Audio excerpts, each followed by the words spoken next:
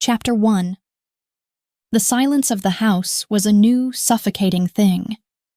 It had only been 3 days since her father's death, but the quiet had already rotted, turning from a familiar peace into the stagnant, heavy air of a tomb.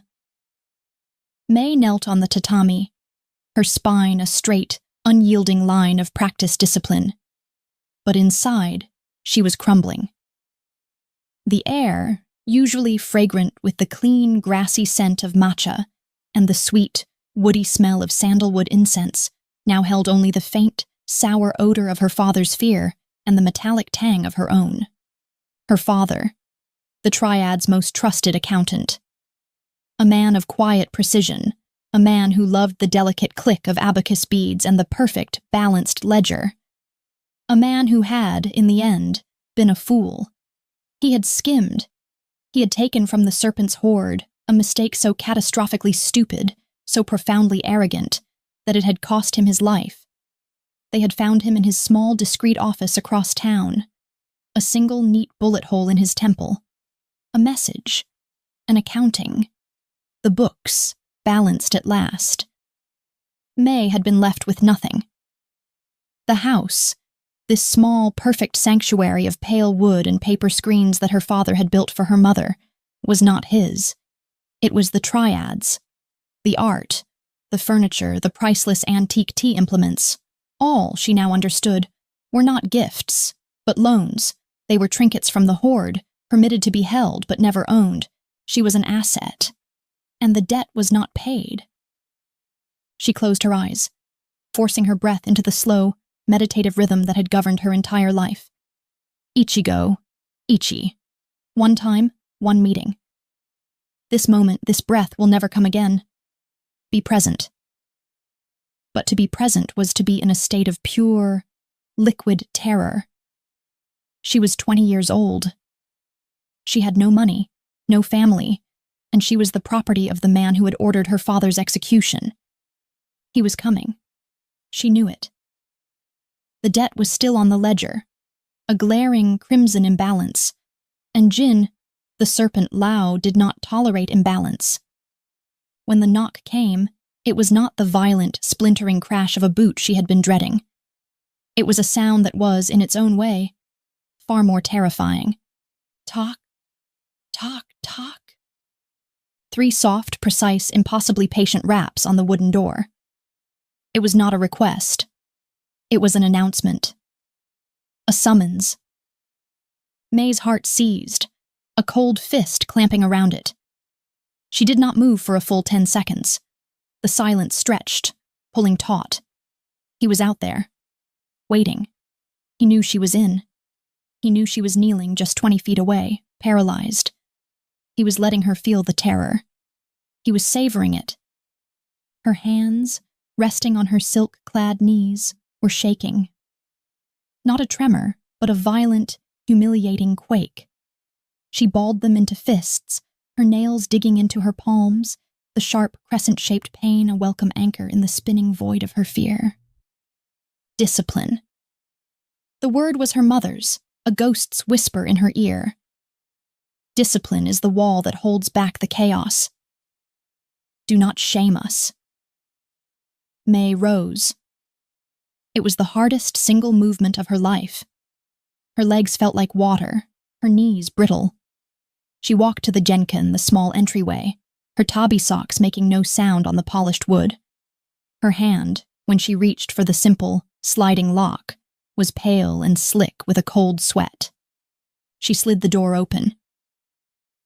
The man who stood on her step did not look like a monster. He looked like a scholar or a CEO. He was tall, dressed in a bespoke Western-style suit of such a dark, matte charcoal gray that it seemed to drink the meager afternoon light. It was cut with an austere, almost military precision. He wore no tie, just a crisp white shirt, with a collar so sharp it could have cut skin.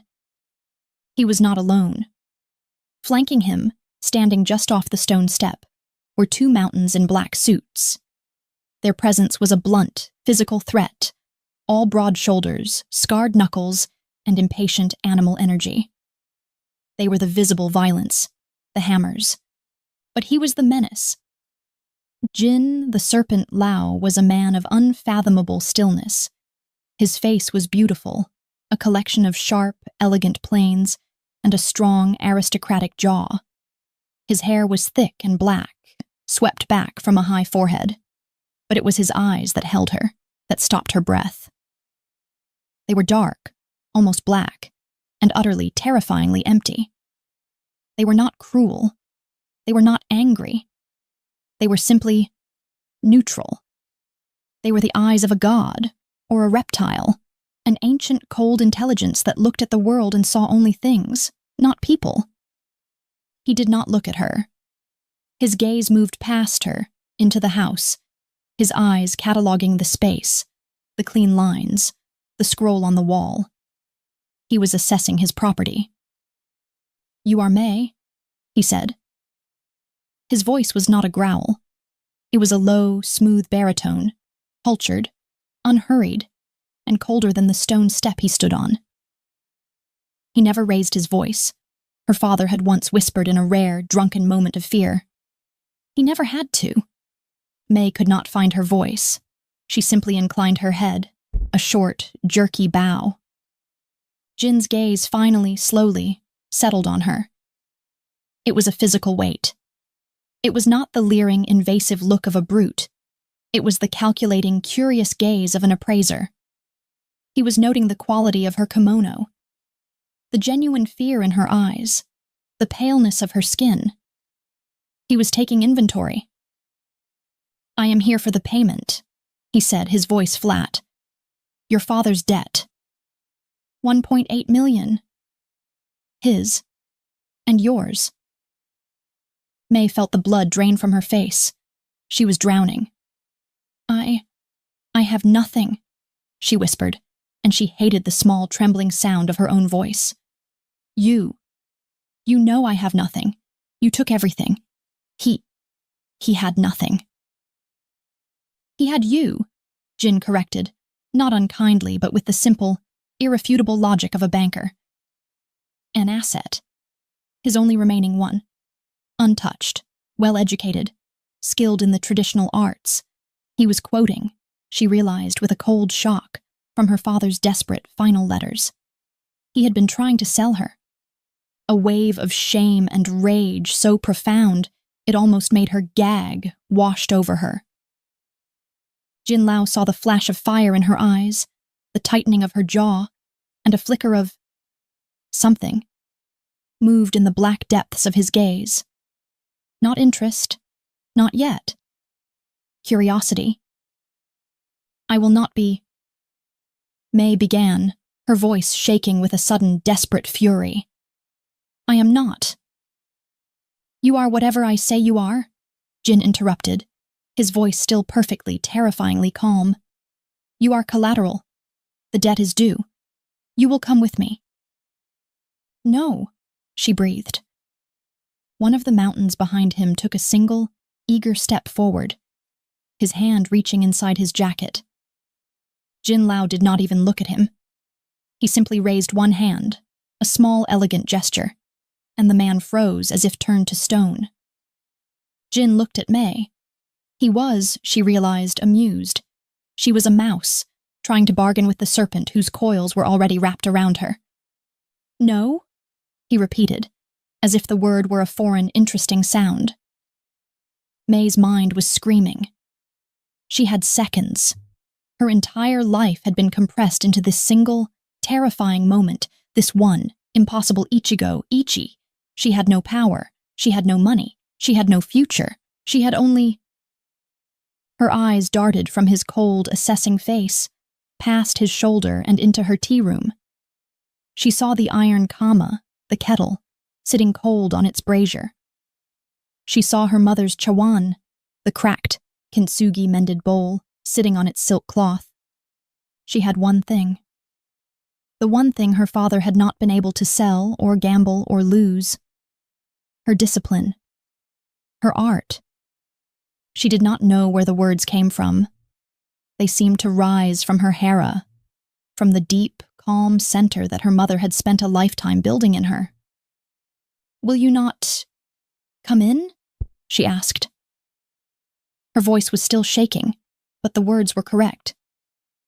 They were the words of a host, of a Teishu. "It is cold, Mr. Lau. Let me serve you tea." The two guards stared at her, as if she had just grown a second head. One of them let out a short, disbelieving snort. But Jin Lao did not. His head tilted, just a fraction of an inch. The amusement in his eyes was replaced by that new, sharper curiosity. He looked at her, truly looked at her, for the first time. He saw the terror, yes, but he also saw the unyielding spine beneath it. He saw the genuine, ingrained programming of her art. She was terrified for her life, and yet her training, her grace, was offering hospitality to the man who had come to collect her. It was, he thought, the most courageous and pathetic thing he had ever seen. "Tea," he said, tasting the word. "Yes," May said, her voice gaining a fractional amount of strength. "Before we discuss the accounts, you are a guest in my home. I will serve you." A long, agonizing silence stretched.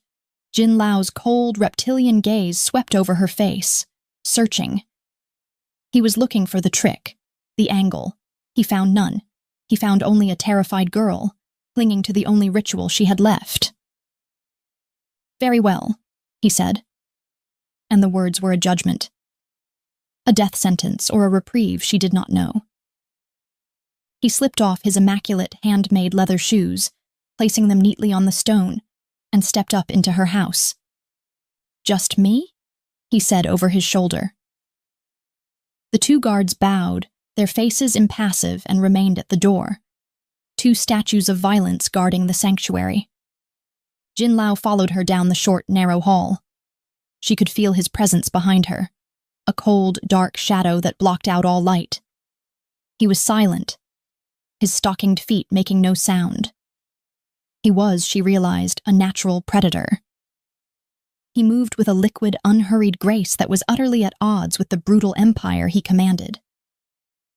She slid open the shoji screen to the tea room. "Please," she murmured. He entered the small 4.5 tatami room and knelt in the guest's position, his back to the tokonoma alcove. He did it with an easy, practiced fluidity that surprised her. He did not look like a man who was comfortable in a traditional space, yet he knelt as if he had been born to it, his expensive suit somehow not looking out of place. May's hands were shaking so badly she could barely strike the match to light the charcoal in the brazier. Her mind was a white, screaming noise. "He is here. He is here. He killed my father, and he is sitting in my mother's tea room." "Discipline." The ghost voice again. She went to the mizuya, the small preparation area, and took her mother's chawan. She held it for a second, her thumbs tracing the gold-filled crack. Stronger at the broken place. God, let it be true. She began the ceremony. Her hands, through sheer agonizing force of will, steadied. The ritual took over. The chaos in her mind receded, pushed back by the familiar, meditative sequence of actions that were as much a part of her as her own blood. Wipe the caddy, purify. Wipe the scoop, purify. Fold the fukusa, the silk cloth. Focus, ladle the hot water. The steam rises. Calm, pour out the water. Wipe the bowl. Cleanse. She was aware of him, aware of his stillness. He did not move. He did not fidget. He simply watched. His eyes were on her hands, and the focus was so absolute, so intense it felt like a physical touch, a heat on her skin. He was not watching a ceremony. He was watching her. He was watching her master her own terror, bind it, and channel it into a set of precise, graceful movements. She picked up the chasen, the bamboo whisk, and her hand was steady. She scooped the matcha, a perfect emerald green mound, into the bowl. She added the water. Then she began to knead. The sound of the whisk, a sharp, rhythmic shh against the ceramic, was the only sound in the world. It was her and him and this one impossible moment. She finished, the tea a thick, perfect froth, the color of new moss. She raised the bowl, turned it to present its most beautiful side, the golden kintsugi seam, and placed it before him. She bowed. Jin Lao looked at the bowl. He looked at the cracked, gold-filled seam. He looked at her face pale, her head bowed, her hands resting on her knees. "You are very skilled," he said, his voice a low, neutral thing. "Your father, he did not deserve you." May's head snapped up, her eyes wide. "He was a weak man," Jin continued, his gaze returning to the bowl. "He was a man of appetites. He loved things he could not afford. He loved women. He loved gambling. And he was, in the end, a coward. He stole from me, and he tried to offer his only daughter to settle the account. A pathetic creature." "Stop," May whispered, the word a small, broken thing. "But you," Jin said, ignoring her. "You are not like him. You are terrified. I can smell it on you, a sharp copper scent. You are in mourning, and yet you are here. Your hands are steady. You have grace." He reached out and picked up the bowl. He studied it, his thumb tracing the golden seam, just as hers had done. "You know what I have come to do," he said. "Please," she begged, the tears she'd refused to shed for 3 days finally welling, hot and stinging. I will work. I will do anything. I will clean. I will cook. Quote. "I have cooks," he said, his voice dismissive. "I have cleaners." He looked at her, his black eyes unreadable. "But I do not have this." He gestured with his chin to the bowl, the whisk, the silent, peaceful room. "You have no money to pay your father's debt," he stated. "I have this," May whispered, echoing his gesture. It was all she had. "I have my art. I have my loyalty." Jin Lao held her gaze. He was a serpent, coiling, deciding. "Your loyalty?" he repeated. "A commodity more valuable and more rare than gold, and much harder to keep." He raised the bowl. He examined the golden crack. Then he turned it. And deliberately, his eyes on hers, he placed his lips against the kintsugi seam and drank. He drank the tea in 3 slow, deliberate sips. He finished. He placed the bowl back on the tatami. "The debt is not paid," he said, his voice flat, "but the terms of the collection have changed." He rose, a single fluid motion. May knelt, frozen. "You are no longer your father's daughter?" he said, standing over her. "You are no longer a free woman? You are my employee. You will come to my home and you will live there. And every day at sunset you will serve me tea. You will bring this silence into my house." He looked down at her, a beautiful, terrifying, and utterly merciless man. "You will be my tea master, May, and you will be my prisoner. Your loyalty is the collateral. Do not make me collect." He turned and walked out of the room, his footsteps silent on the wood.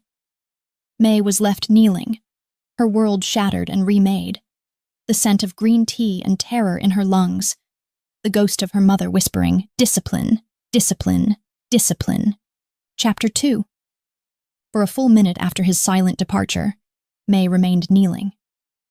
She was a statue carved from ice, brittle and frozen, the echoes of his final words, "Prisoner, collateral, do not make me collect," reverberating in the new, profound emptiness of the room.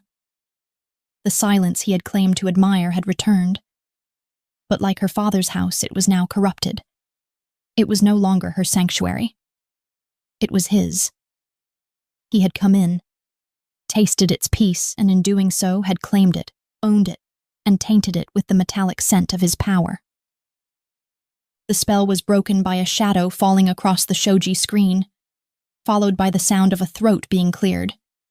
It was a gruff, impatient noise, a blunt instrument tearing through the delicate fabric of the moment. May's head snapped up. One of the mountains, the one who had snorted at her offer of tea, was standing in the hallway, his bulk filling the frame. His face was a mask of bored contempt. "You have 10 minutes," he grunted, his voice a low, gravelly thing that scraped against her nerves. "Pack. Personal items only." Personal items. The words were a cruel joke. What, in this house, was truly hers? The house itself was Triad property. The furniture, the scrolls, the antique comma she had just used to boil his water, all of it belonged to the man who had just enslaved her.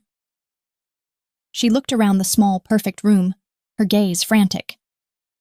She owned her clothes. She owned the simple, straw Zori sandals by the door. And she owned... Her eyes landed on the Mizuya. Discipline. The ghost voice. It was no longer a comfort. It was a command. May rose from her knees.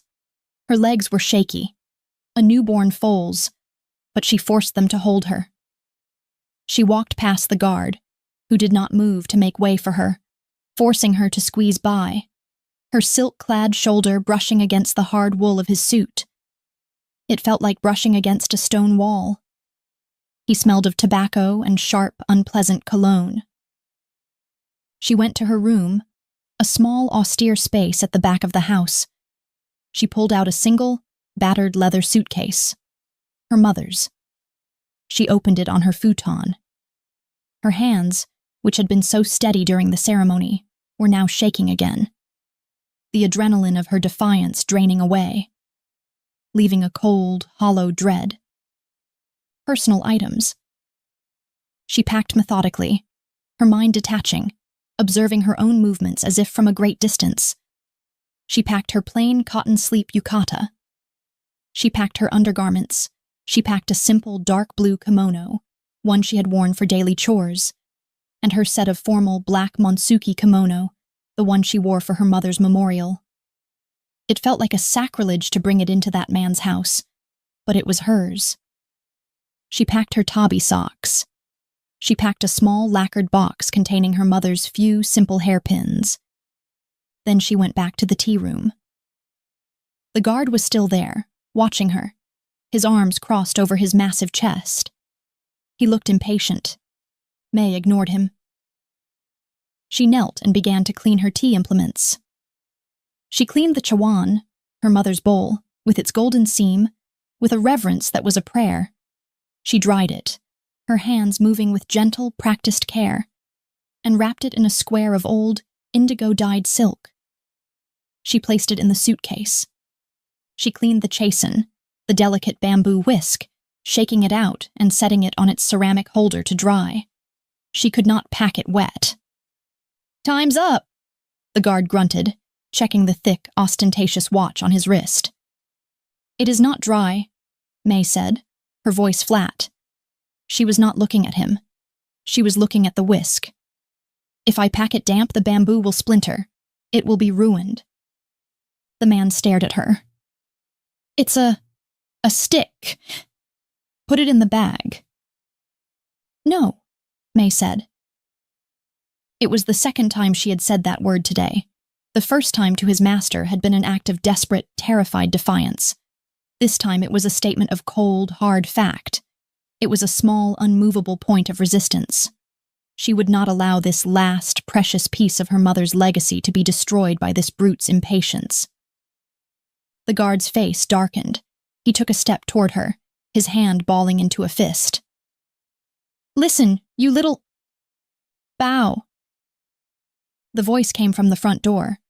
It was the other guard. "Leave it. The boss wants her there now." The man called Bao glowered at her, his jaw working. He wanted to hit her.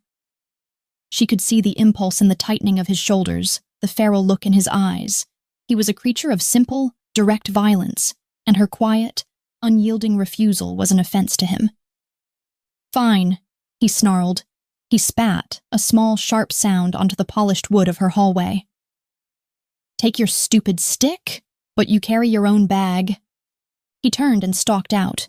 his heavy shoes loud in the jenkin as he slipped them on. May took a deep, shuddering breath. She looked at the spittle on her floor. It was a violation, a mark of contempt left in the heart of her home. This is not your home anymore. She gently took the still damp whisk, wrapped it in a separate, dry cloth, and placed it carefully on top of her kimono. She packed the natsume and the chishaku. She closed the suitcase.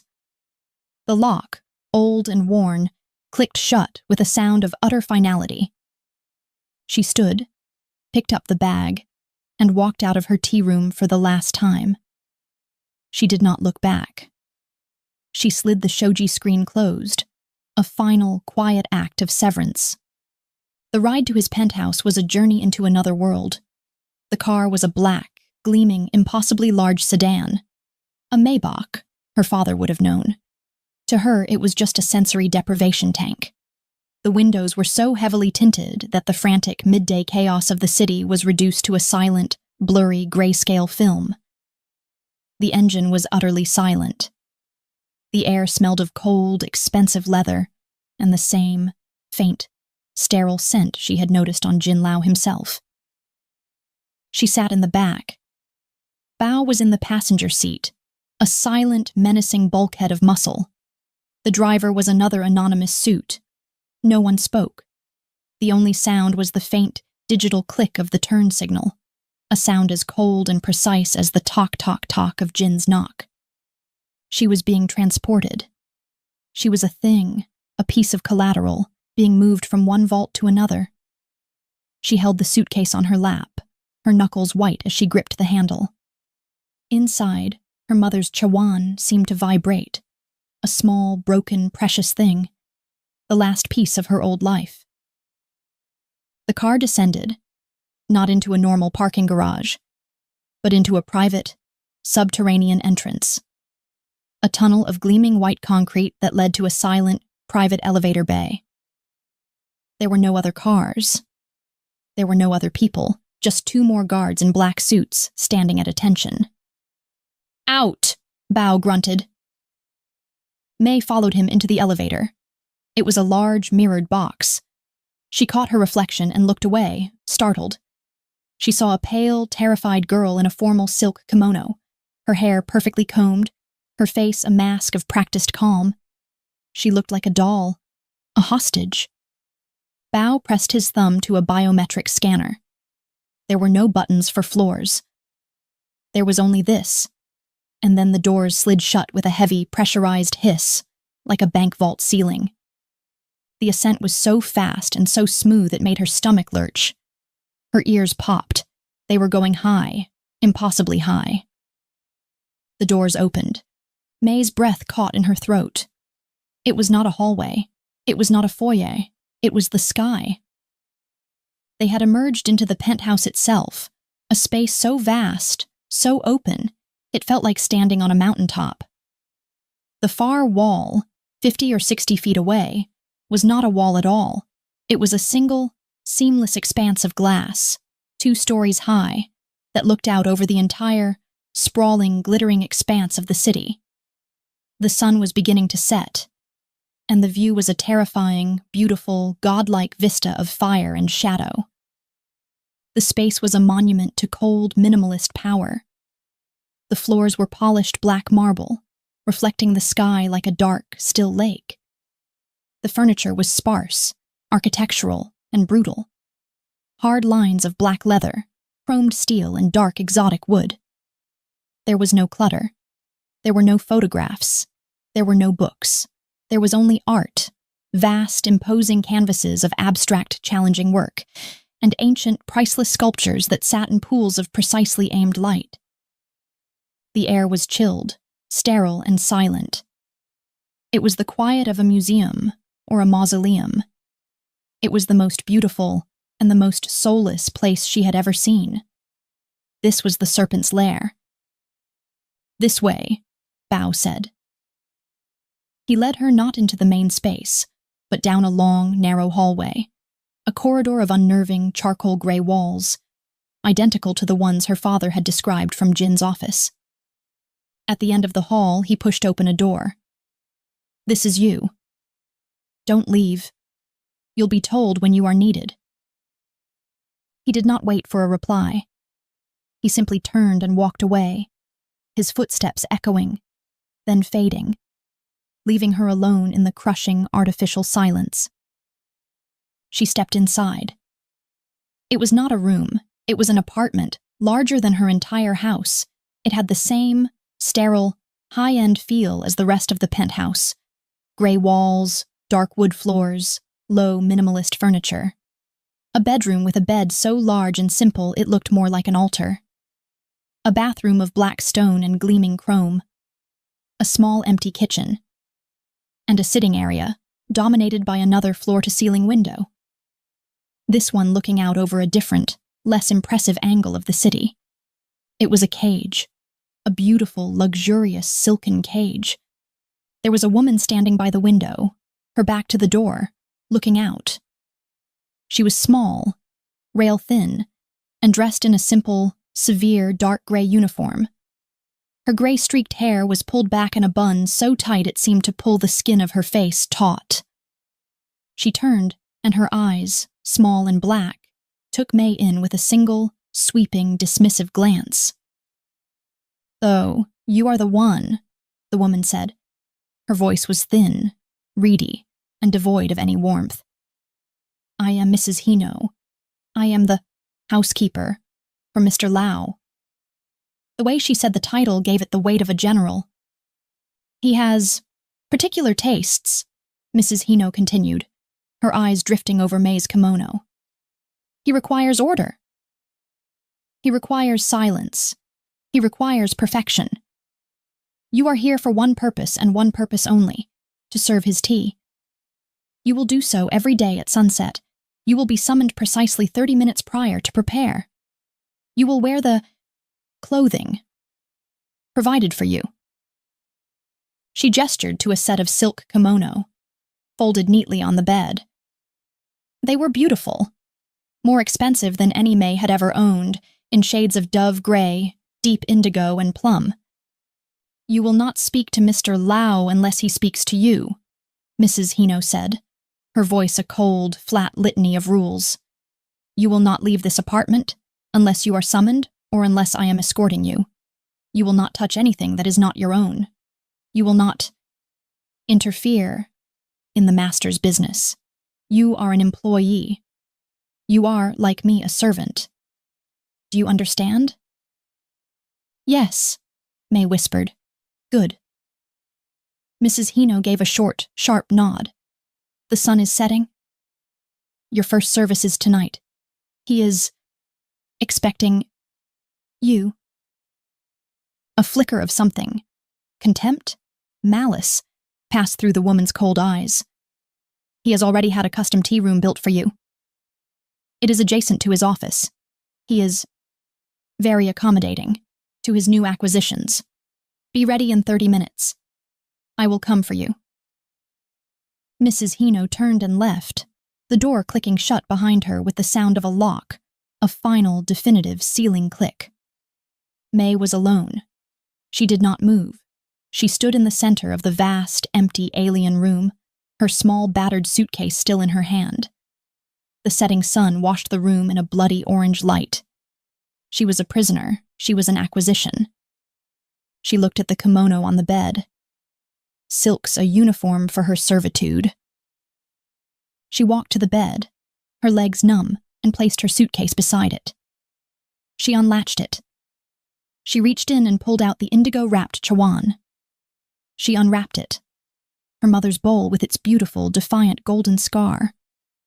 She held it in her hands, this one, small piece of her past, this one, true personal thing, stronger at the broken place.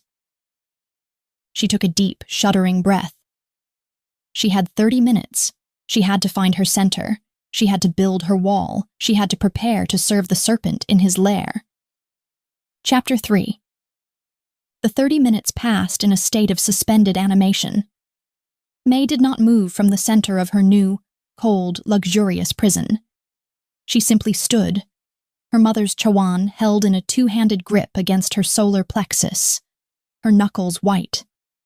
It was a shield. It was an anchor. It was the only real thing in this world of glass and shadows. The setting sun, which had painted the room in blood, retreated, and the city lights began to glitter, a cold, diamond-hard tapestry of a world she would never touch again. The room, lacking the sun's warmth, grew colder. The automated lights in the apartment rose to a soft, sterile white glow, revealing the utter lack of personality in the space. There was no dust. There were no marks. It was a room that had never been lived in. A display unit for a life, not a place to live one. May forced her breath into the gong fu rhythm, the long, slow, deep inhalations and exhalations that centered the mind. Inhale. She drew in the cold, filtered, sterile air. Exhale. She released her panic, her rage, her profound, paralyzing grief. She was a teishu, a master of the ceremony. And the ceremony was not just about tea. It was about creating a universe of calm in a world of chaos. It was about discipline. It was about the wall. When the click of the lock came, she was ready. Her heart still hammered, a small trapped bird against her ribs, but her hands, clutching the bowl, were steady. The door opened. Mrs. Hino stood there, a severe gray silhouette. Her face was impassive, her eyes critical. She looked May up and down. May had not changed out of the kimono she had arrived in, the one from her old life. She had left the expensive new silks, the uniform, untouched on the bed. Mrs. Hino's thin lips tightened, a minute expression of disapproval. She clearly recognized the older, less opulent silk. It was an act of defiance, small and pathetic, but an act nonetheless. "It is time," Mrs. Hino said, her voice a dry rustle. "He is waiting." "Bring what you need." May nodded, a single short inclination of her head. She walked back to her suitcase, knelt, and packed her mother's bowl away with its indigo cloth. She zipped the bag, then stood lifting it. "You will not need that," Mrs. Hino said, her voice sharp. "The tea room is fully equipped." "These are my implements," May said. Her voice was quiet, but it did not tremble. "The chawan, the chasen. They are my own. They were my mother's. I will use no others." Mrs. Hino's eyes narrowed. It was the second act of defiance. The woman was clearly not accustomed to it. She seemed to calculate, her mind weighing the cost of a confrontation against the master's impatience. "Mr. Lau is a man of particularity," she said, the words a clear warning. "He does not like his arrangements disturbed." "Then I will be a disturbance," May whispered, so low the other woman might not have heard. She walked out of the apartment, carrying her battered suitcase. Mrs. Hino, her face a mask of pinched fury, said nothing. She simply turned and led the way. The walk was an exercise in psychological warfare. Mrs. Hino led her not through the grand, art-filled atrium, but through a series of service corridors, sterile, gray-walled, and windowless.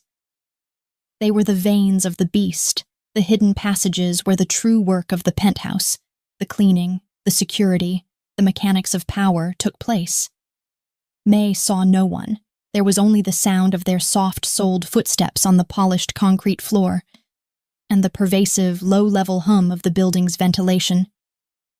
They passed silent, heavy steel doors, each with a biometric keypad.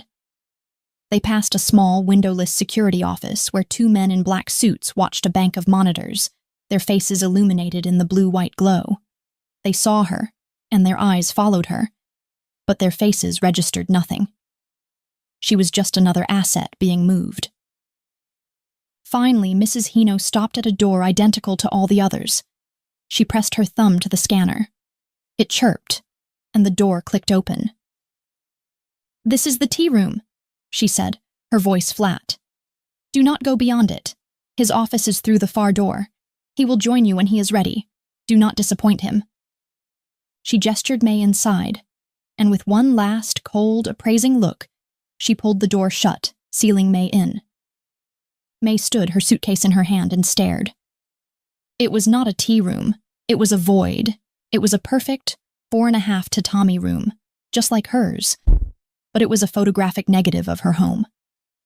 The tatami mats were not the warm, golden green of fresh straw. They were a deep, stark, ink black. The walls were not soft, warm plaster.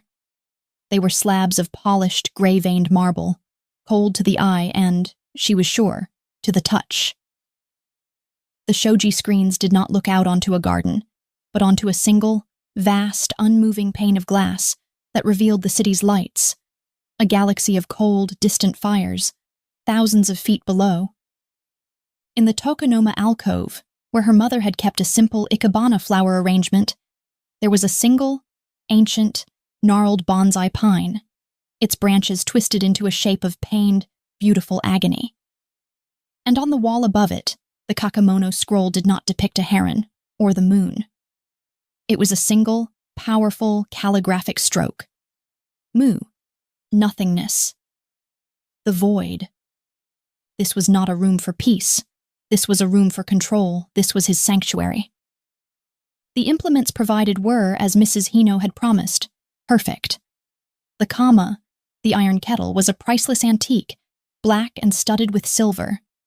The mizuya preparation area was a minimalist slab of black granite, stocked with dozens of antique, museum-quality chawan in locked glass cases.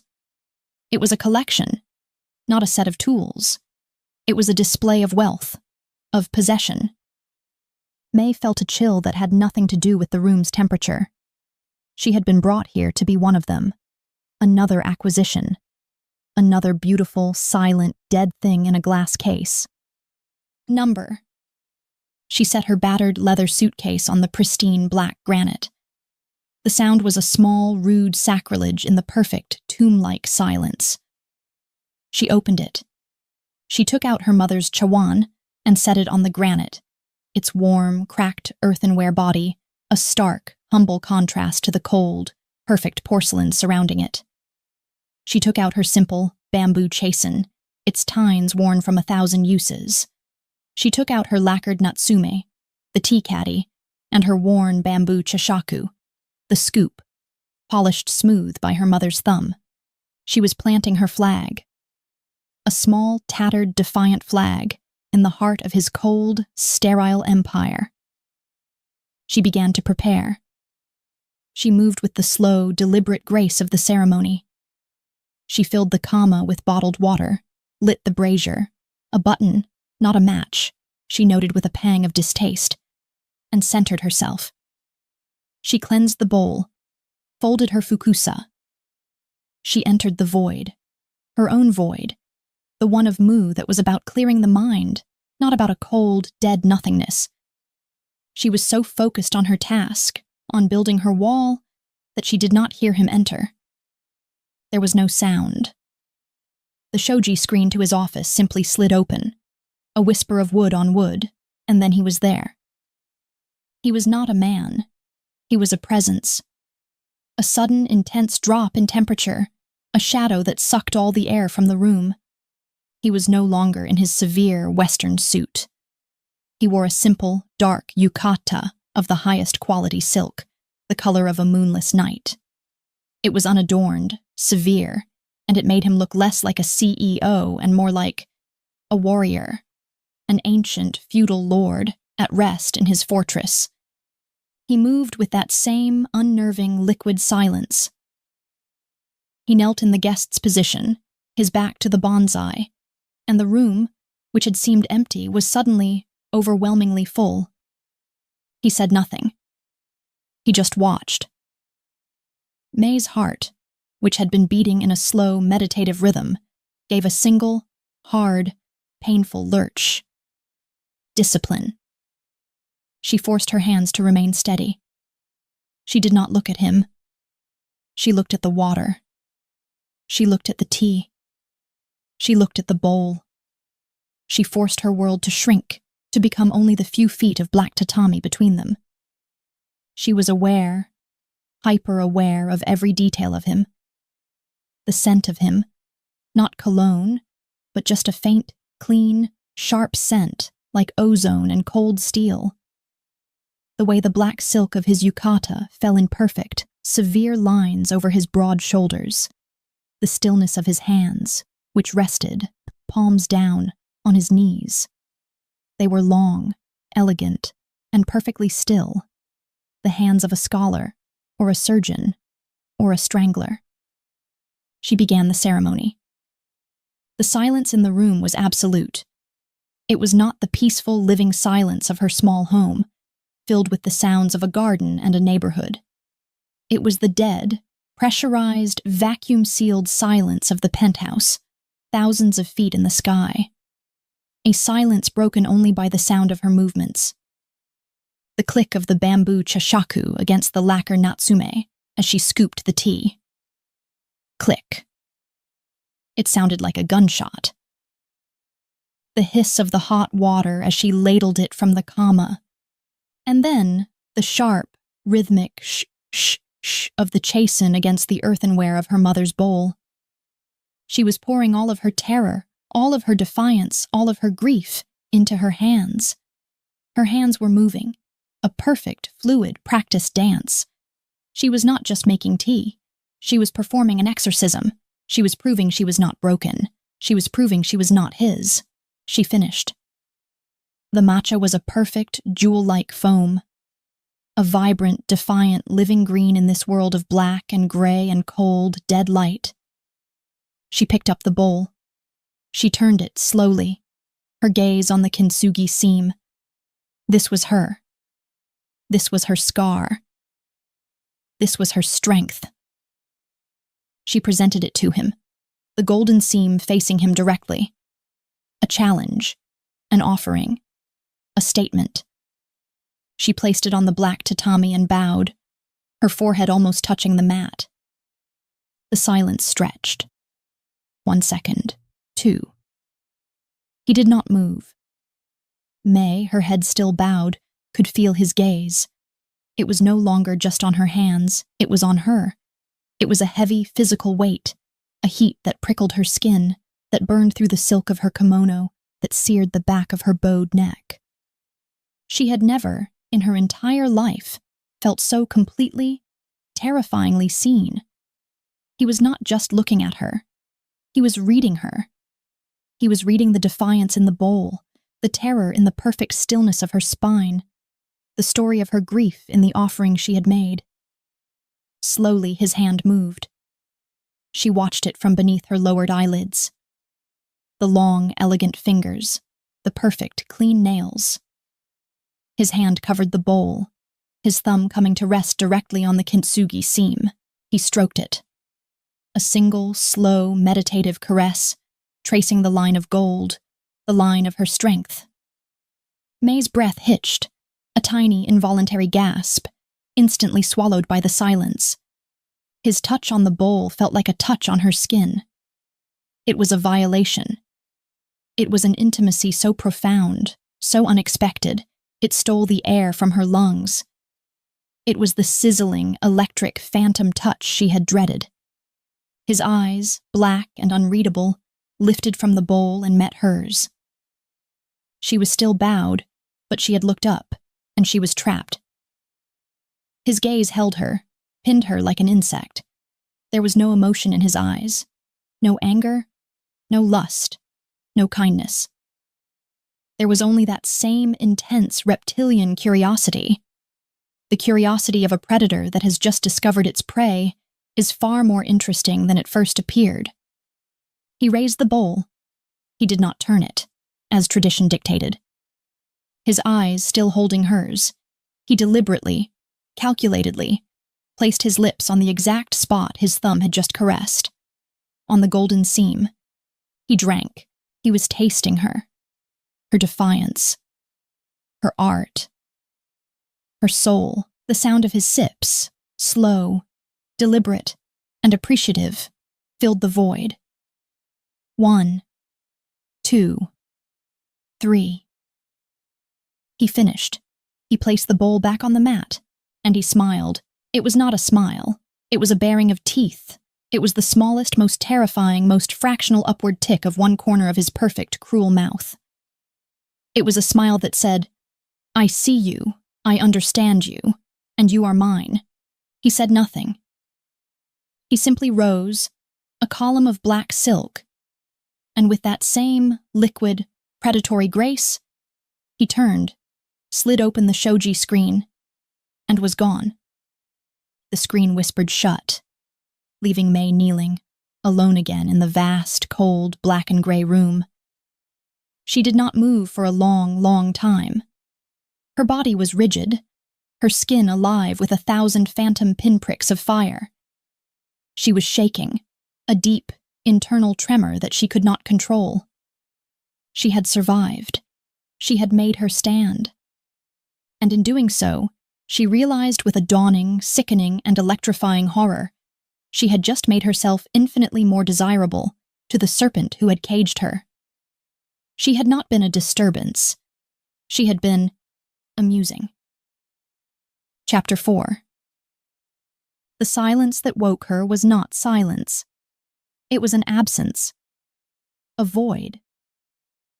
In her father's house, silence had been a living thing, textured with the sounds of the small, meticulously kept garden, the rustle of bamboo leaves, the distant hollow clack of the shishiodoshi, the chirp of a sparrow. Here, in the glass cage in the sky, the silence was a pressurized, manufactured, and processed thing. It was the sound of air, filtered and chilled, humming through hidden vents. It was the sound of a tomb. May opened her eyes. The light in the room was a flat, pearlescent gray. It was not the warm, golden light of morning she was used to, the light that filtered through rice paper shoji screens. It was the cold, indifferent light of the upper atmosphere, pouring in through the floor-to-ceiling window. She had not slept. She had drifted in a shallow, gray, nightmarish state, her body rigid, her mind replaying the moment his lips had touched her mother's bowl, his eyes boring into hers. That small, terrifying smile. "I see you. I understand you. And you are mine." She sat up. The bed was vast, the sheets impossibly soft, but they offered no comfort. She was on an altar, a sacrifice waiting. Her first full day as a prisoner. She rose, her movements stiff. The apartment was just as she had left it. Her battered suitcase, a relic from another life, sat by the bed. On the bed itself, the pile of expensive new kimono lay untouched. A silken uniform, a slave's wardrobe. She would not wear them. She went into the bathroom, a cavern of black marble and cold chrome. She saw her reflection in the mirror and flinched. She looked like a ghost, her face pale and pinched, her eyes wide and dark with a sleepless, hunted fear. Discipline. The word was a prayer, a mantra, a command. She washed her face with the cold water, the sensation a sharp, welcome shock. She tied back her long black hair, her hands moving with their old, practiced efficiency. She dressed not in the silks, but in her own simple, dark blue daily kimono. The fabric was old, worn, and familiar. It was an armor.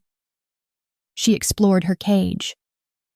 The kitchen was a minimalist's dream, all black, handleless cabinets and gleaming, untouched steel surfaces. The refrigerator was stocked with high-end, sterile-looking packages of food, perfectly cut vegetables, vacuum-sealed fish, expensive imported fruits. She found a small, state-of-the-art Mizuya preparation area, complete with a temperature-controlled kettle and a set of pristine, generic tea implements. She ignored them. The living area was empty, dominated by the window and a low gray sofa that looked as uninviting as a slab of granite. There was a screen on the wall, but no remote, no books, no music, no life. There was a soft chime, not a knock. A polite electronic ding. May froze. She stood in the center of the room, her heart leaping. The door to the hallway clicked, and a small panel slid open at the bottom. A tray was pushed through, a service robot, she realized with a jolt. Then the panel slid shut, sealing her in again. On the tray was a simple Japanese breakfast. Steamed rice, miso soup, a piece of grilled fish, pickles. It was perfect, it was sterile, and it was delivered like a zoo animal's. She ate. She had to. She would not be weak. She would not starve herself. She needed her strength. She needed her discipline. The day stretched before her, a vast, empty, gray expanse. Sunset, Mrs. Hino had said. She had the entire day to wait, to dread. She would not just wait. She would prepare. She retrieved her suitcase. She unpacked her mother's implements with a reverent care. She took them into the sterile, black kitchen, and ignoring the automated kettle, she found a simple pot. She boiled water on the stove. She set up her own small, defiant ceremony on the low, cold living room table.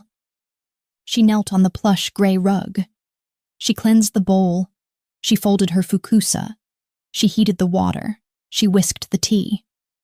The sharp, grassy scent of the matcha filled the cold, sterile air. It was a small act of defiance. It was her scent. It was the scent of home, of life.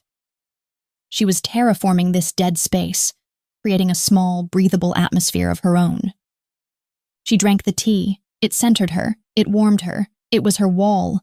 She spent the day in meditation. She practiced her gong fu breathing. She sat, her spine straight, and stared out at the cold, indifferent city, a world of ants below. She did not allow her mind to race. She did not allow herself to spiral into panic. She focused on her one single purpose. She would serve the tea.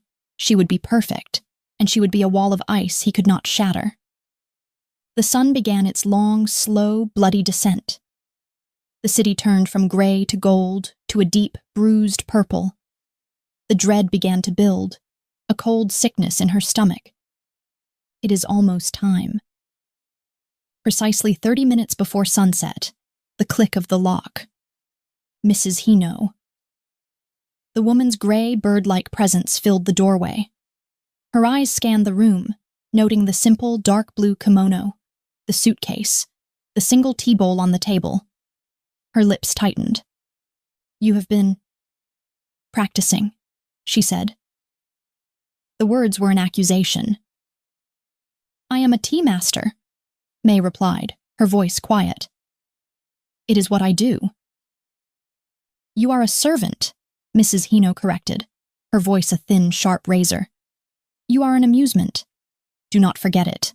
The master is generous to his pets, but he tires of them quickly. Do not presume." The jealousy was palpable. It rolled off the woman in cold, bitter waves. May was new. She was young, and the master had built a room for her. Mrs. Hino, it was clear, was a long-time fixture, a piece of the furniture, and she resented this new, interesting acquisition. "It is time," Mrs. Hino said, her voice clipped. "Bring your things." The walk, again. The silent, gray service corridors, the hum of the ventilation, the two guards in the security room, their eyes following her, the steel door, the click of the biometric lock. Mrs. Hino opened the door and gestured her in. "He is waiting." May stepped into the void. He was already there, kneeling, waiting. He was in the same black silk yukata. He was in the same position. His stillness was absolute, a black hole that pulled all light and sound into it. He did not look up when she entered. His gaze was fixed on the gnarled, pained bonsai in the tokonoma. May's heart did its familiar, painful lurch. She went to the black, granite mizuya and began to prepare. Her hands, she was relieved to see, were steady. The wall was holding. The room was silent, save for her movements. The click of bamboo on lacquer. The hiss of the water. The shh of the whisk. She was hyper-aware of him, of his breathing, which was so slow and deep it was almost imperceptible, of the way the shadows clung to the sharp planes of his face, of the heat and power that radiated from him, an invisible, crushing pressure. She finished. She knelt before him. She placed the bowl, her mother's bowl, on the black tatami. She presented the golden seam. She bowed. The silence, it stretched, taut and agonizing. She watched his hand move, the long, elegant fingers, the thumb finding the kintsugi seam, the slow, intimate, possessive caress. Her breath hitched. Stop. Stop touching it. Stop touching me. His eyes, black and unreadable, lifted and pinned hers. He held her gaze. He raised the bowl. He placed his lips on the scar. He drank. The sound of his sips. 1, 2, 3. He placed the bowl down. He looked at her, his gaze intense, analytical. He was a scientist, and she was a fascinating new specimen, pinned to a board. And then, just as before, he rose, a column of silent black silk. He turned. He left. The shoji screen whispered shut. He had not said a word. May knelt there for a long time, the tremor starting in her hands and spreading to her core. The walk back with Mrs. Hino was silent. The housekeeper's contempt was a cold, sharp thing, a blade at her back. The next day was the same, the gray light, the sterile automated breakfast, the long hours of meditation, of practicing her gong fu, of staring at the ants below, the click of the lock, Mrs. Hino's cold, jealous eyes, the walk, the void. He was there, waiting. The black silk, the stillness, the pressure, the click, the hiss, the shh, the bow, the long, agonizing silence, the hand, the thumb, the slow, tracing caress of the golden seam. Her skin burned. Her body was alive with a tension so profound it was a physical ache. It was a sizzling heat, a wire pulled tighter and tighter. He was touching her, without ever laying a hand on her. His eyes meeting hers. The knowing. His lips on the seam. The sips.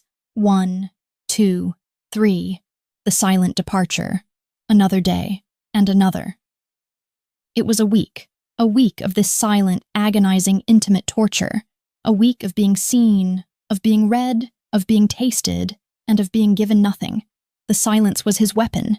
It was a vast, empty space that he forced her to fill with her own dread, her own fear, her own anticipation. She was fraying. The wall of her discipline was still standing, but cracks were beginning to show. She found her hands shaking, not just when he was there, but in the gray, empty mornings. She found her breath catching in her throat when she heard the soft chime of her food tray. He was mastering her, without saying a word. He was breaking her, with silence and a single, recurring, intimate gesture. On the 8th day, she entered the void. She was a bundle of raw, exposed nerves, her skin prickling, her heart a heavy, aching drum in her chest. She performed the ceremony. Her hands were shaking. She could not stop them. A small, humiliating tremor that betrayed her. Discipline. It was a scream in her mind. She finished. She knelt. She presented the bowl, her hands trembling so much the vibrant green liquid shivered. She bowed, her face hot with shame. The silence. His hand moved.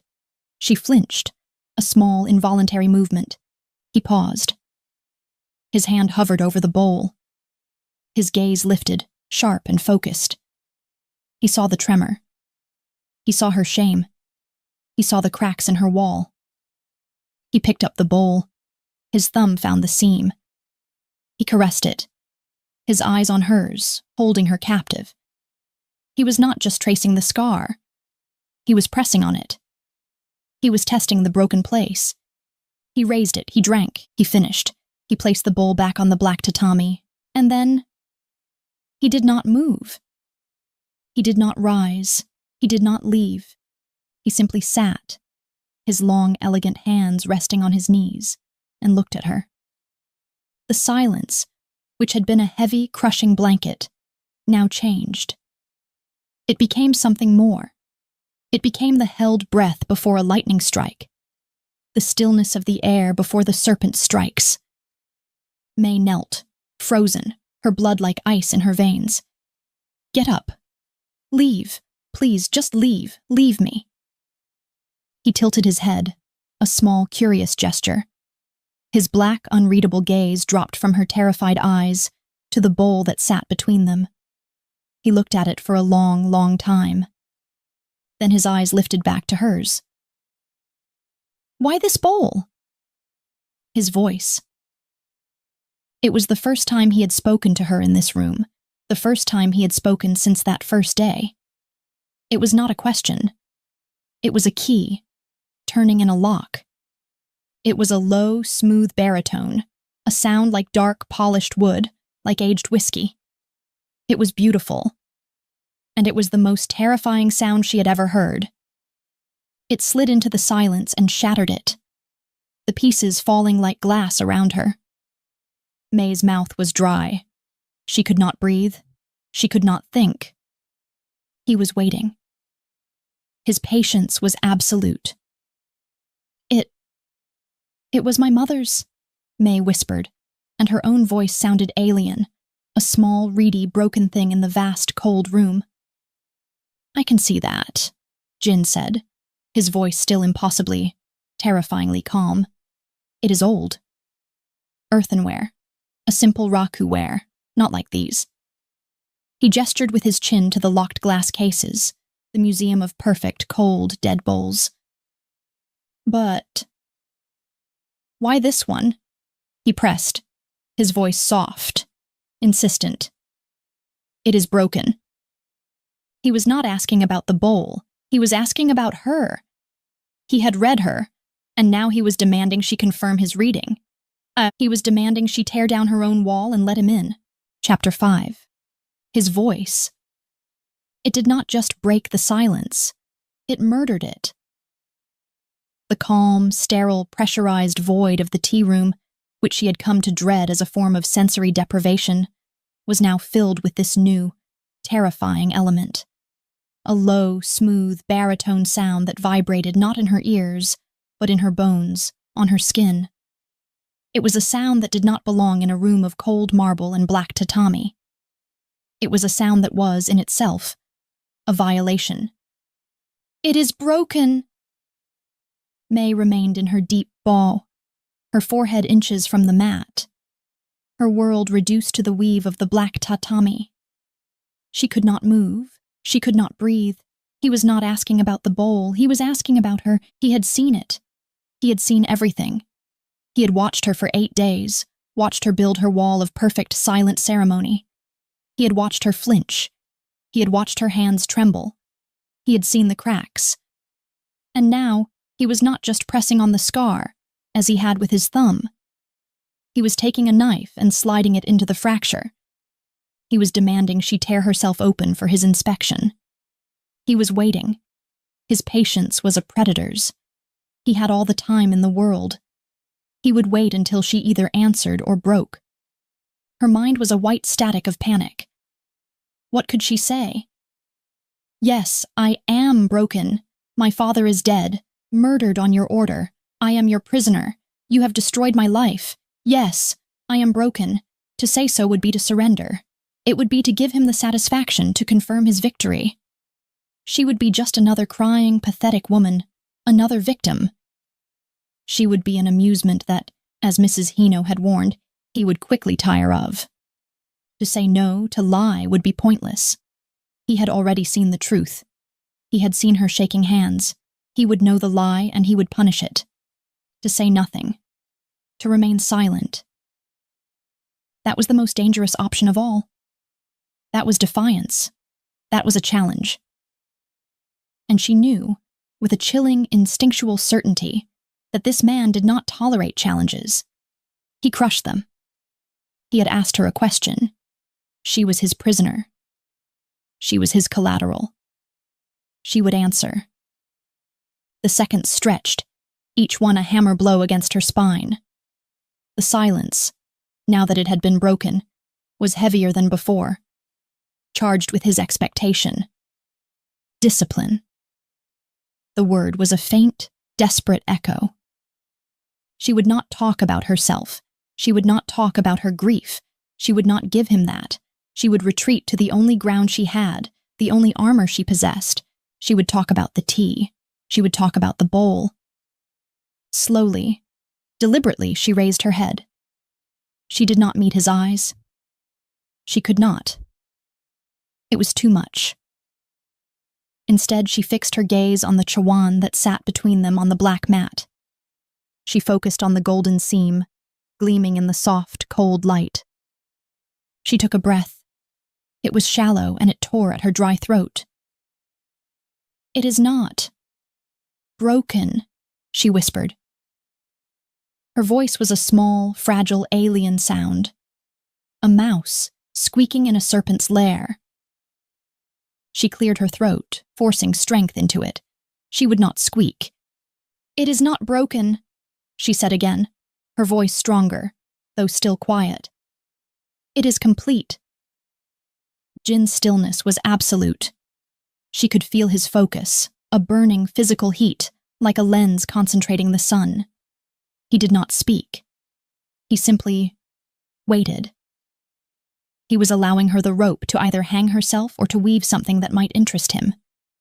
"In my mother's tradition," May continued, her eyes still fixed on the bowl, "this is kintsugi, the art of golden repair." She reached out, her hand trembling, and laid one pale finger just beside the golden seam. She did not dare touch it. It was his. He had claimed it. But she could point. "When a piece of cherished pottery shatters," she said, her voice finding a steadier, more practiced rhythm, the rhythm of a teacher, of a master, "it is not thrown away. It is seen as more valuable. The pieces are gathered. They are painstakingly reassembled, bound together not with a glue that hides the damage, but with a lacquer mixed with pure gold." She finally found the courage to lift her gaze from the bowl to his face. He was watching her, his head tilted slightly, his black eyes unblinking. His expression was not one of curiosity. It was one of assessment. He was weighing her words, her tone, her every micro-movement, against some internal, invisible scale. "We do not hide the cracks," May said, her gaze holding his. "It was a superhuman effort. We illuminate them." The golden lines become a part of the bowl's history. They are a map of its journey. They are proof that it has been shattered, and that it has been healed. She paused, her heart hammering so hard, it felt as if he must be able to see the pulse in her throat. "My mother taught me," she said, her voice dropping, becoming more personal, "that a bowl repaired with kintsugi is not a celebration of its weakness. It is a celebration of its resilience. It is a symbol that it is stronger at the broken place. It is more beautiful and more precious because it was broken, and because it survived." She finished. She had said it. She had laid her philosophy, her mother's philosophy, at his feet. It was her shield. It was her answer. It was her truth. The silence that fell was different again. It was not the silence of the void. It was not the silence of anticipation. It was the silence of a mind in deep, cold, calculating thought. Jin Lao did not move. He did not blink. He just stared at her. And she could see, in the terrifying depths of his black eyes, that he was processing her words. He was turning them over, examining them, looking for the flaws. He had expected her to talk about her pain. She had given him philosophy. She had not wept. She had instructed. His eyes dropped, moving from her face, down her neck, to the bowl, and then back to her face. He was comparing them. He was seeing the metaphor she had so desperately, so obviously laid before him. I am the bowl. I am broken. But I will be stronger. She watched, frozen, as the very corner of his mouth, the one that had smiled before, gave a microscopic, almost imperceptible twitch. He was intrigued. Number. It was more than that. He was impressed. The realization was not a relief. It was a new, fresh, and infinitely more potent kind of terror. She had not placated him. She had not bored him. She had interested him. She had confirmed what he had seen in her on that first day. Not a victim, but a curiosity. A challenge. He leaned forward. It was a tiny movement. A shift of his weight. A closing of the distance between them by a mere 2 or 3 inches. But in the charged, sterile, perfect stillness of the tea room, it felt like a tidal wave. The air between them was compressed, electric. His scent, that cold ozone and steel smell, intensified. He was too close. She was inside his personal space, his predator's radius. She could feel the heat radiating from the black silk of his yukata. His voice, when he spoke, was a bare whisper, a dark, velvet sound meant only for her. Resilience, he mused. He tasted the word, as he had tasted her tea. A fascinating philosophy, to find value in what is damaged. It is not, May began, her voice sharp, defensive. A celebration of resilience, he finished for her, his eyes glittering. He had heard her, he had listened. I heard you, Mei-ling. He used her name, not girl, not you. Her name. It was a brand. A hot, possessive, intimate touch that seared her. He was claiming her very identity, just as he had claimed her mother's bowl. But it is a flawed philosophy, he continued, his voice still a low, hypnotic whisper. He was so close now she could see the faint, dark gold flecks in his black pupils. You assume that the gold holds, that the repair is permanent? He reached out his hand. May flinched, a violent, full-body recoil, her hands flying up to protect herself. His hand stopped, hovering in the air between them. He did not pull it back. He held it there, suspended, his long, elegant fingers spread. He was showing her. See? I am not striking you, not yet.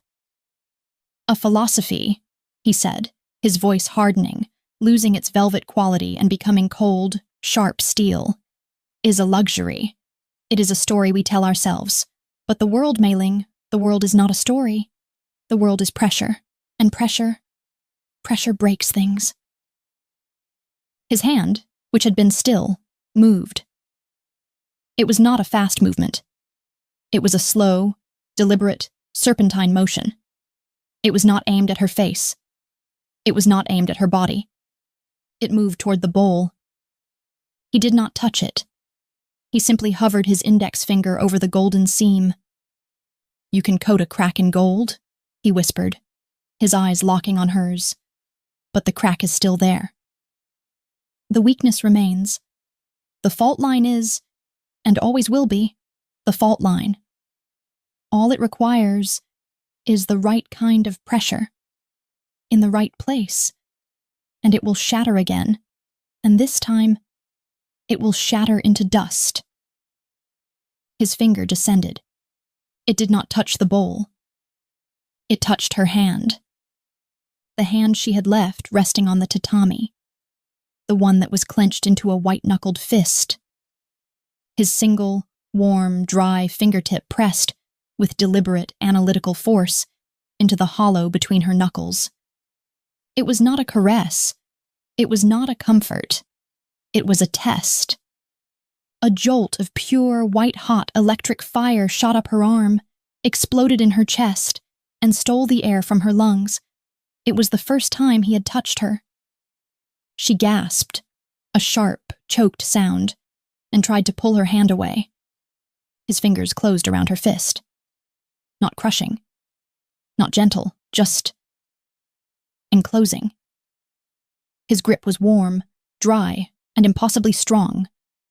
It was a manacle of flesh. She was trapped.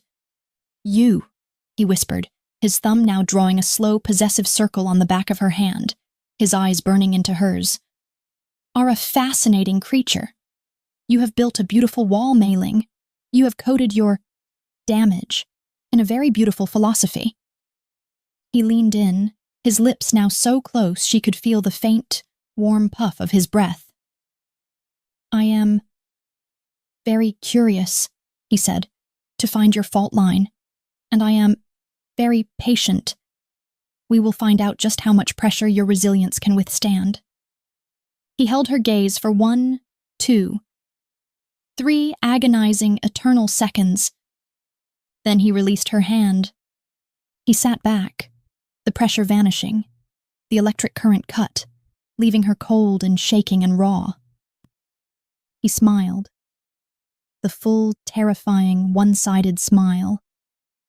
The smile of the serpent. Clean the bowl, he said, his voice returning to its normal, calm, baritone command. The ceremony is over.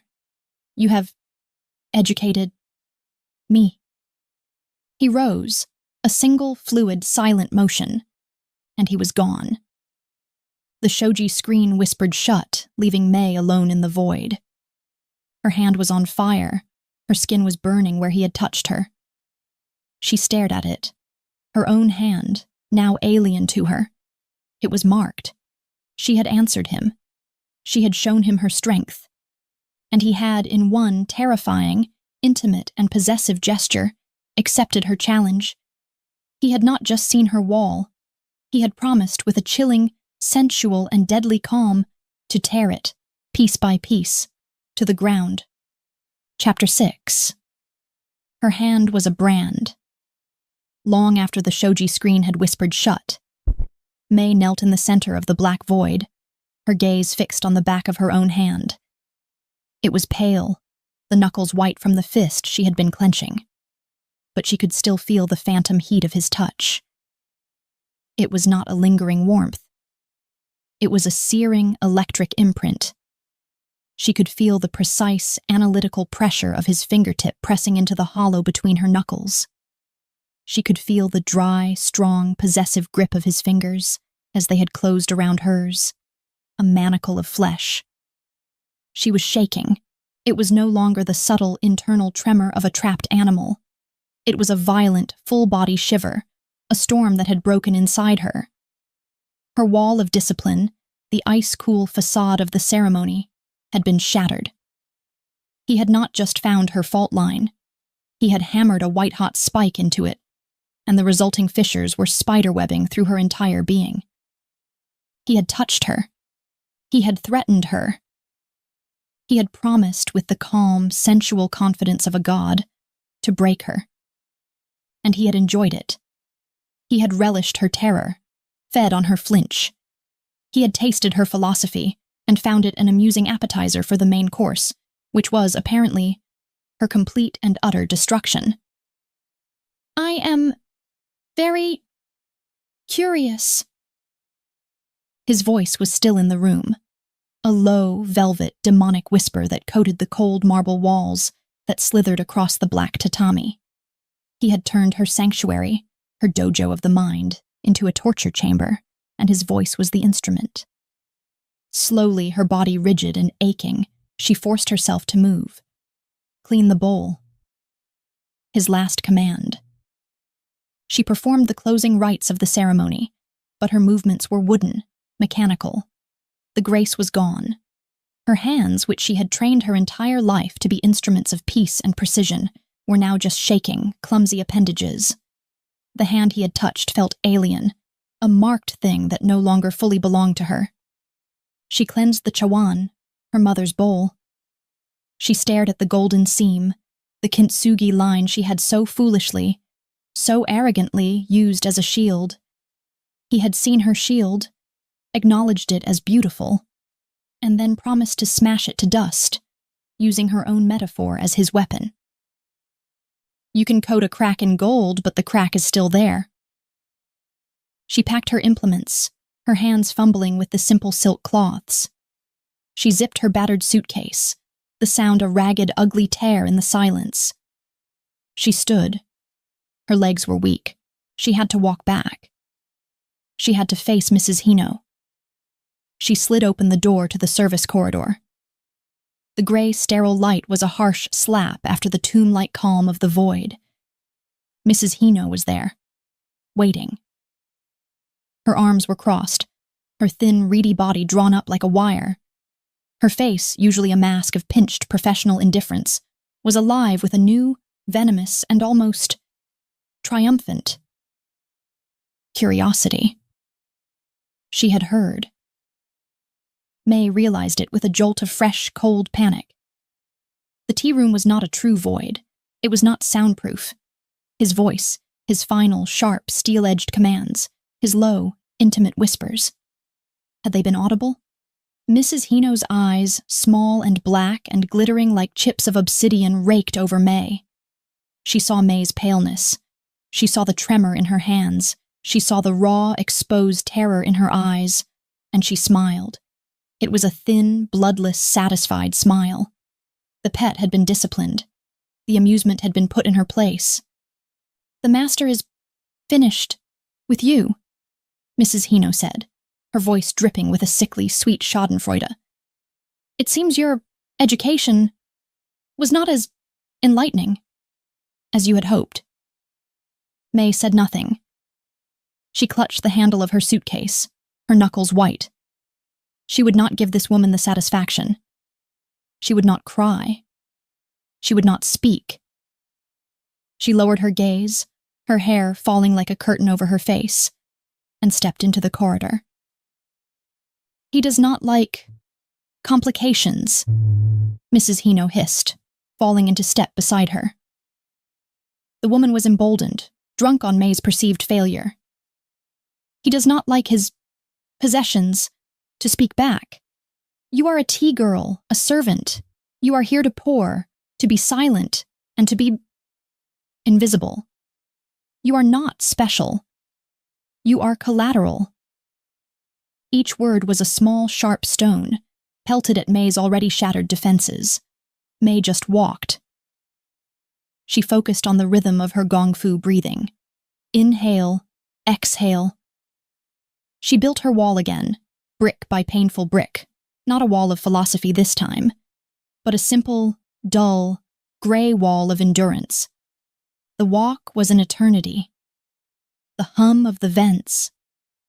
The cold, polished floor.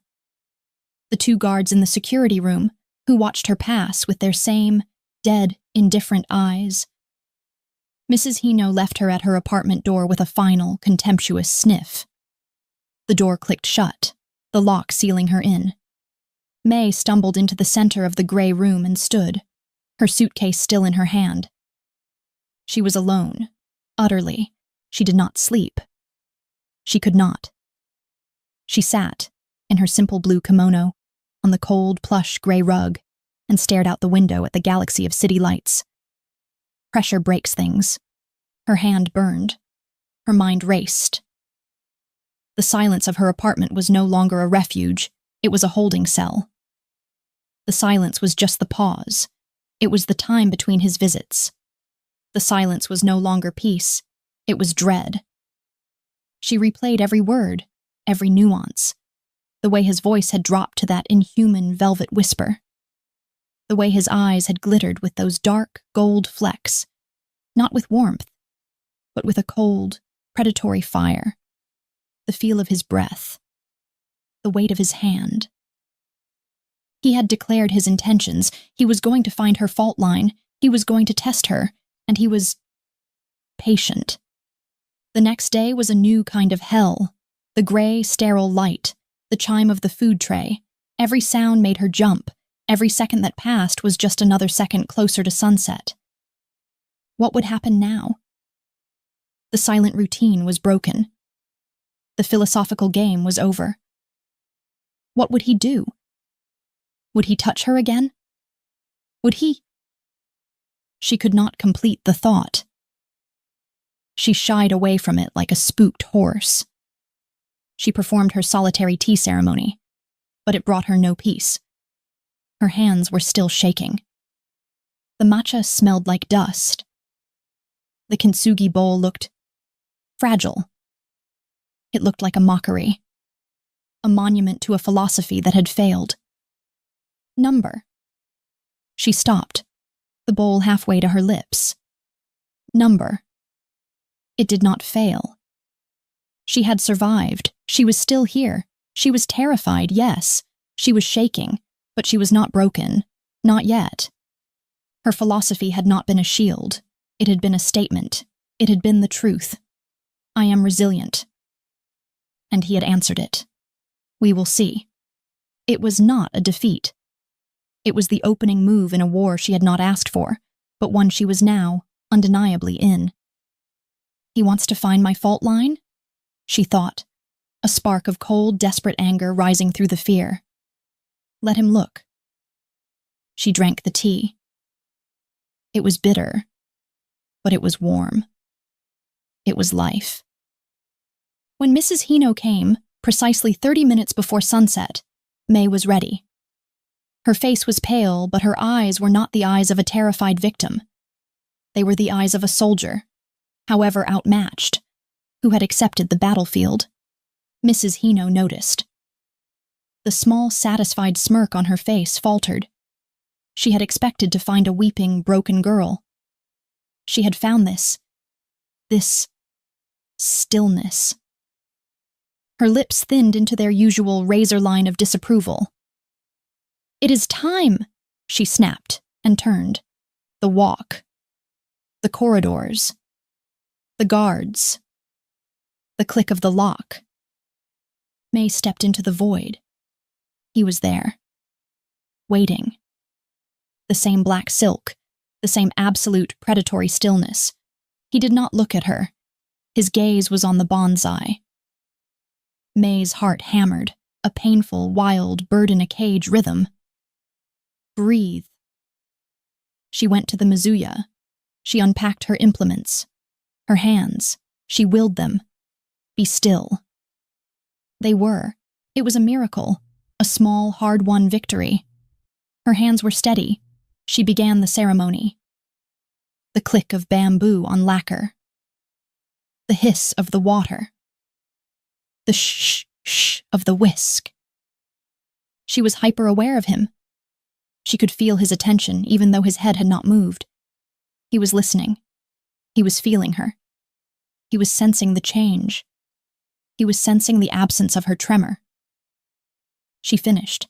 The matcha was a perfect, jewel-like foam. She knelt. She placed the bowl. She presented the golden seam. She bowed. The silence. It was taut. Electric. His hand moved. May did not flinch. She forced herself to remain still, her forehead inches from the mat, though every nerve in her body screamed to recoil. She watched his hand. The long, elegant fingers, the thumb. It found the golden seam. It caressed it. That same slow, intimate, possessive stroke. Her skin burned. The phantom heat flared. A sizzling, agonizing wire pulled tight. But she did not move. His eyes lifted, pinning hers. He saw her stillness. He saw her defiance. A flicker, the smallest, most infinitesimal flicker in the black depths of his eyes. Amusement. Respect. He raised the bowl. He placed his lips on the seam. He drank. 1, 2, 3. He placed the bowl back on the mat. He did not leave. He did not speak. He just sat, his hands on his knees, and watched her. He was waiting. He had made his move. It was her turn. But she had no move to make. She was the prisoner. He had the luxury of time, of patience. So, he said, his voice that same low, smooth baritone. It slid into the air and wrapped around her. You are not broken, not yet. He was acknowledging her. Acknowledging her defiance. May said nothing. She kept her gaze low. Your mother's philosophy is admirable, he continued, his voice conversational, as if they were old friends, discussing the weather. As if he had not, 24 hours ago, threatened to shatter her into dust. Tell me more. What other wisdom did she impart? It was a trap. She knew it. He was not interested in her mother. He was probing. He was hunting for the fault line. He was looking for her. She taught me many things, May whispered, her voice tight. She taught me about tea, about Ichigo Ichi. One time, one meeting, he translated, his voice smooth. Of course he knew. The concept that every encounter is unique and can never be replicated. That one must treasure every moment, for it will never come again. He paused. Sentimental. Philosophy. It is not sentimental, May said, her voice sharp, defensive, before she could stop herself. It is about focus. It is about being present. It is about paying attention. It is about seeing the value in the now. I see, he mused. He leaned forward. That same, small, terrifying, space-compressing movement. And are you present now, Mei-ling? His voice dropped to that whisper. Are you paying attention? Are you treasuring this moment? His hand moved. He did not reach for her. He did not reach for the bowl. He reached for the kama, the iron kettle. He laid his palm flat against its hot, black, studded side. This is pressure, he whispered, his eyes on hers. This is heat. This is reality. Your philosophies are steam. They are intangible. They are stories. This is fact. He was not burned. The kettle was hot, but not boiling. He was making a point. Your father, he said, his voice suddenly casual, understood fact. He was a man of numbers, of pressure. He worked for me for 20 years. He knew the rules. He knew the consequences. May's blood turned to ice. He had found it. The most obvious, gaping, raw-edged fault line of all. Her father. He was a good accountant, Jin continued, his eyes watching her, analyzing her, dissecting her. But he was sentimental. Like you, he made a mistake of the heart. He thought a story was more important than the numbers. He thought he could hide the break. May's breath was coming in short, sharp, painful gasps. Number, don't, stop. He was wrong, Jin said, his voice flat, cold, and utterly devoid of emotion. He learned the price of sentiment, and I collected. He smiled. The one-sided serpent smile. And now here you are. His final debt. He had done it.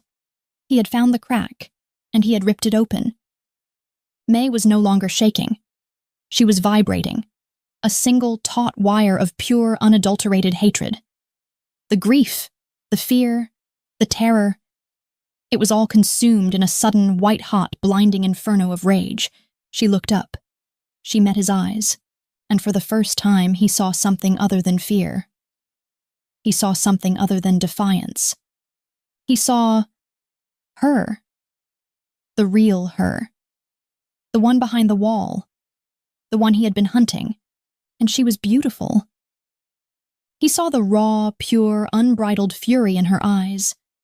It was a fire that burned away the gongfu calm, that incinerated the kintsugi philosophy.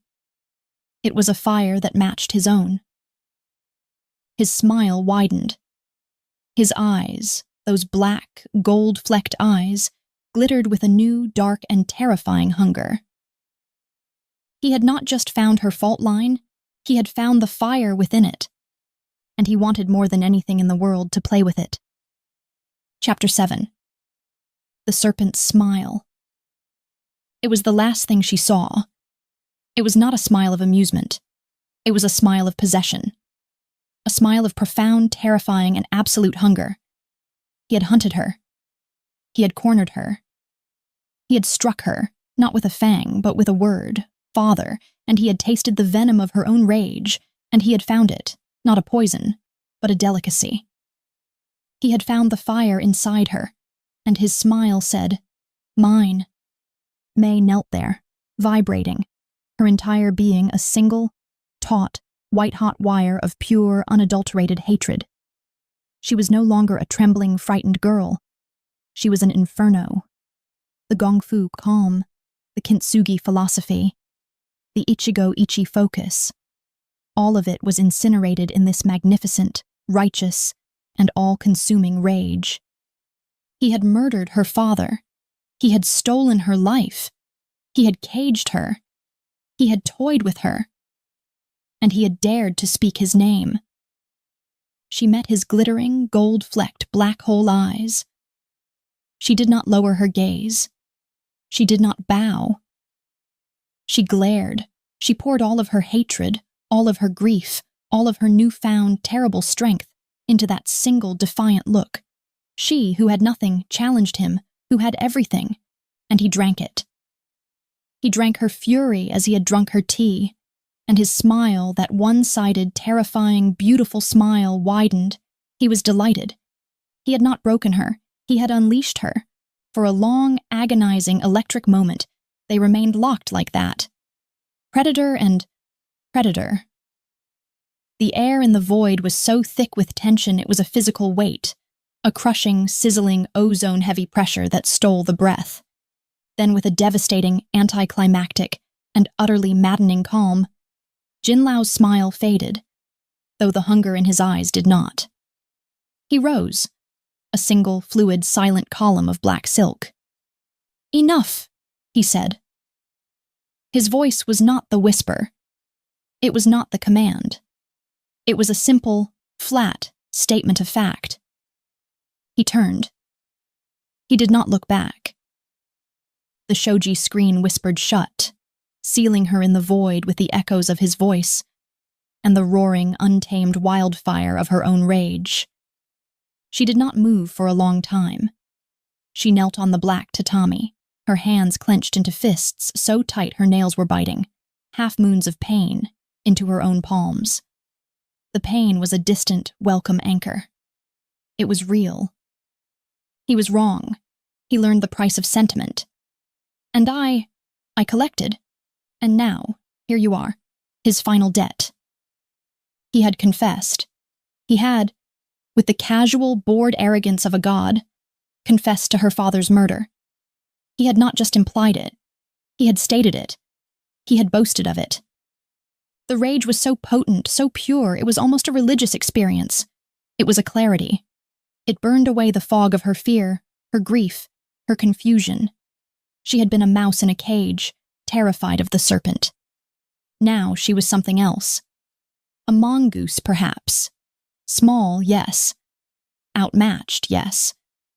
But with a single, burning, suicidal purpose. He will not break me, she thought, her breath a hot, sharp hiss in her throat. I will not let him. I will survive him. And I will, one day, find a way to make him pay. It was an impossible, insane, suicidal thought. But it was hers. It was the first truly free thought she had had since he had walked into her father's house. It was a seed of iron, planted in the fertile, scorched earth of her fury. She moved. Her body was stiff, her muscles screaming from the tension. She cleaned the bowl. She packed her implements. Her hands were steady. Not with Gongfu discipline, but with the absolute, rock-solid certainty of her own hatred. She slid open the door. Mrs. Hino was there, and she was afraid. The woman, who had been a creature of pure, spiteful, jealous contempt, was now a pale, trembling gray ghost. Her small black eyes were wide, and they were not on May. They were on the door to the tea room, the door from which Jin had just emerged moments before. She had seen his face. She had seen the look in his eyes. The look of a sated and yet still hungry predator.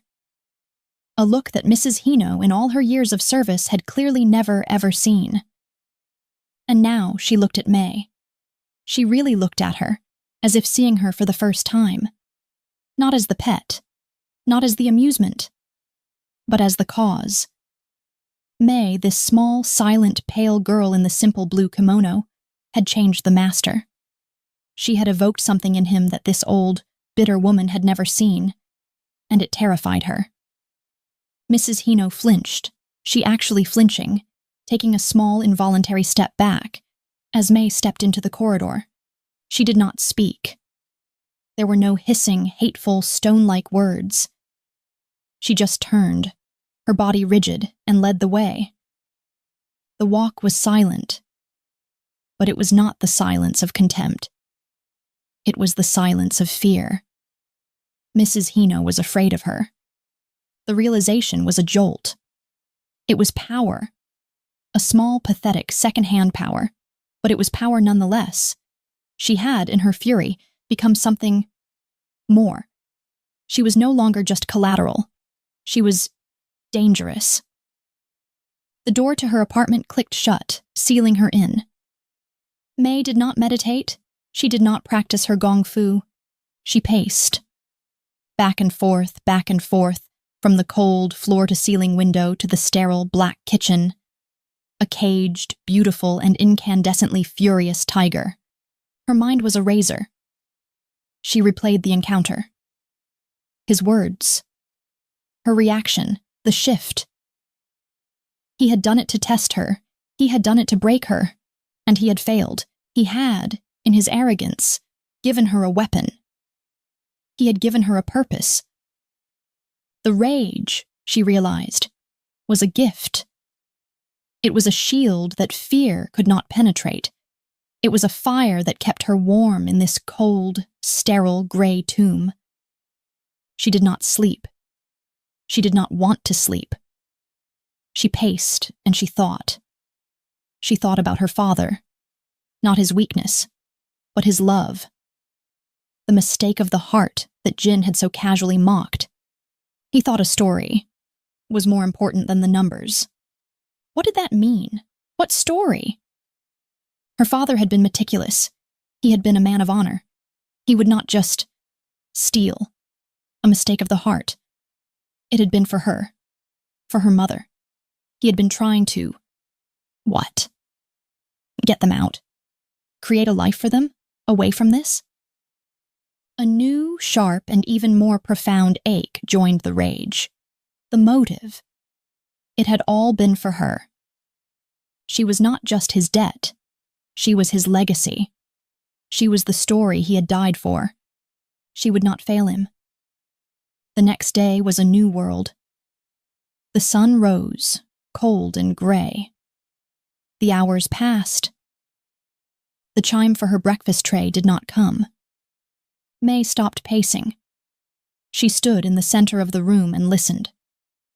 The silence was absolute. She was a creature of routine. Her father had been. Her gong fu was routine. The tea ceremony was routine. Jin knew this. He knew her, down to her bones. He had broken the routine. This was a new test, a new, subtle pressure. He had unleashed her rage, and now he was... what? Starving her? Punishing her? Testing her patience? The hours passed. Morning. Noon. The sun began its descent. No food, no water. Her stomach ached. Her head felt light. The rage was still there, but it was a fire that needed fuel. And she had none. She would not drink the tap water. She would not eat the sterile, packaged food in the kitchen. That would be a surrender. That would be admitting that his test had worked. She would wait. Discipline. The click of the lock. It was not the polite chime of the food tray. It was the door. May's head snapped up. Her heart, a cold, heavy stone, gave a single, hard, painful thud. The door opened. Mrs. Hino, the woman's face was a pale, pinched mask of terror. She was holding, not a tray, but a single black silk kimono, one of the expensive ones Jin had bought her. "The master is occupied," Mrs. Hino whispered, and her voice was a reedy, trembling, terrified thing. She could not meet May's eyes. He has guests. Guests. The word was cold. Your quarters. They require inspection," Mrs. Hino stammered. It was a lie. A bad one. "You will dress," she said, holding out the black silk. "And you will come with me." May looked at the kimono. Black. The color of the void, the color of him. It was a uniform, a slave's silk. She did not move. "He insists," Mrs. Hino whispered, her eyes wide with panic, finally meeting May's. And in them May saw the message. "This is not a request. He is not in a good mood. Do not defy him. He will kill us both." Slowly May took the kimono. She went into the cold marble bathroom and she changed. The silk was cool, impossibly smooth, and it felt wrong. It felt like a violation. It felt like his skin, his touch, all over her. She came out. Mrs. Hino was wringing her thin, bony hands. "This way." And she did not lead May to the service corridor. She led her through her apartment door into the main penthouse. May's breath caught. It was vast. A cold, cavernous museum of a space. Floors of polished white and black marble, walls of glass that looked out over the entire, sprawling, glittering city. The furniture was minimal, angular, and looked punishingly uncomfortable. Priceless, abstract, and violent-looking art hung on the walls. And there were men. Not the two, silent, dead-eyed guards in the security room. Dozens of men in sharp black European suits, with wires in their ears, standing, sentinel-like, in every alcove. They were stone. They were statues. And then there were the others. In the center of the vast, sunken living area, there were 4 men. They were not in suits. They were in armor. Not old armor, but modern, tactical, black body armor.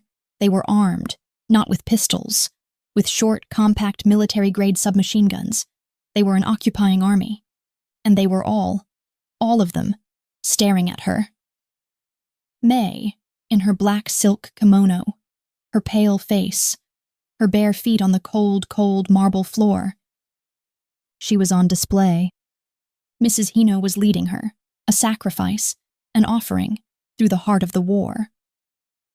The master has guests. This was not a social call. This was a standoff. "Keep your eyes down," Mrs. Hino hissed, her voice a desperate, trembling thing. But May could not. She was a tea master. She was trained to observe. She saw them, the 4 armored men, and she saw in the center of them a man. He was not one of them. He was one of Jin's. He was kneeling at a low go table, playing a game by himself. He was huge, a mountain. His head was shaved, a series of old white scars tracing a map of violence across his skull. He was built like a bull, his neck thick, his shoulders straining the simple black silk shirt he wore. He looked up as she passed. His eyes were small, brown, and bored. He saw her. His gaze raked her up and down, and he smiled. It was not Jin's smile. It was not a complex, psychological, terrifying, beautiful thing. It was a simple, brutal, gold-toothed, crude smile. A smile that said, "Meat." He placed a black stone on the go board. Clack. "Well, well," he said, his voice a low, gravelly rumble. "The little ghost." Mrs. Hino stopped. She was shaking. "Captain Bao," she whispered, her head bowed. We are the master." "The master is busy," Bao, the leopard, rumbled, his eyes never leaving May. He pushed himself up from the table. He was a mountain. He rose and rose and rose. He was at least 1.5 feet taller than her, and twice as wide. He loomed. He walked toward her. He moved with a strange, rolling, predatory grace, like a leopard. He stopped, a foot in front of her. He was invading her space. He smelled of spice and metal. Mrs. Hino had vanished, scurried away like the rat she was. May was alone, in the center of a room of armed, silent, dangerous men, with this brute. "So," he said, his voice softer, conversational. "You're the one. The little tea girl, the boss's new pet." He circled her, slowly, like a shark. May stood, her spine straight.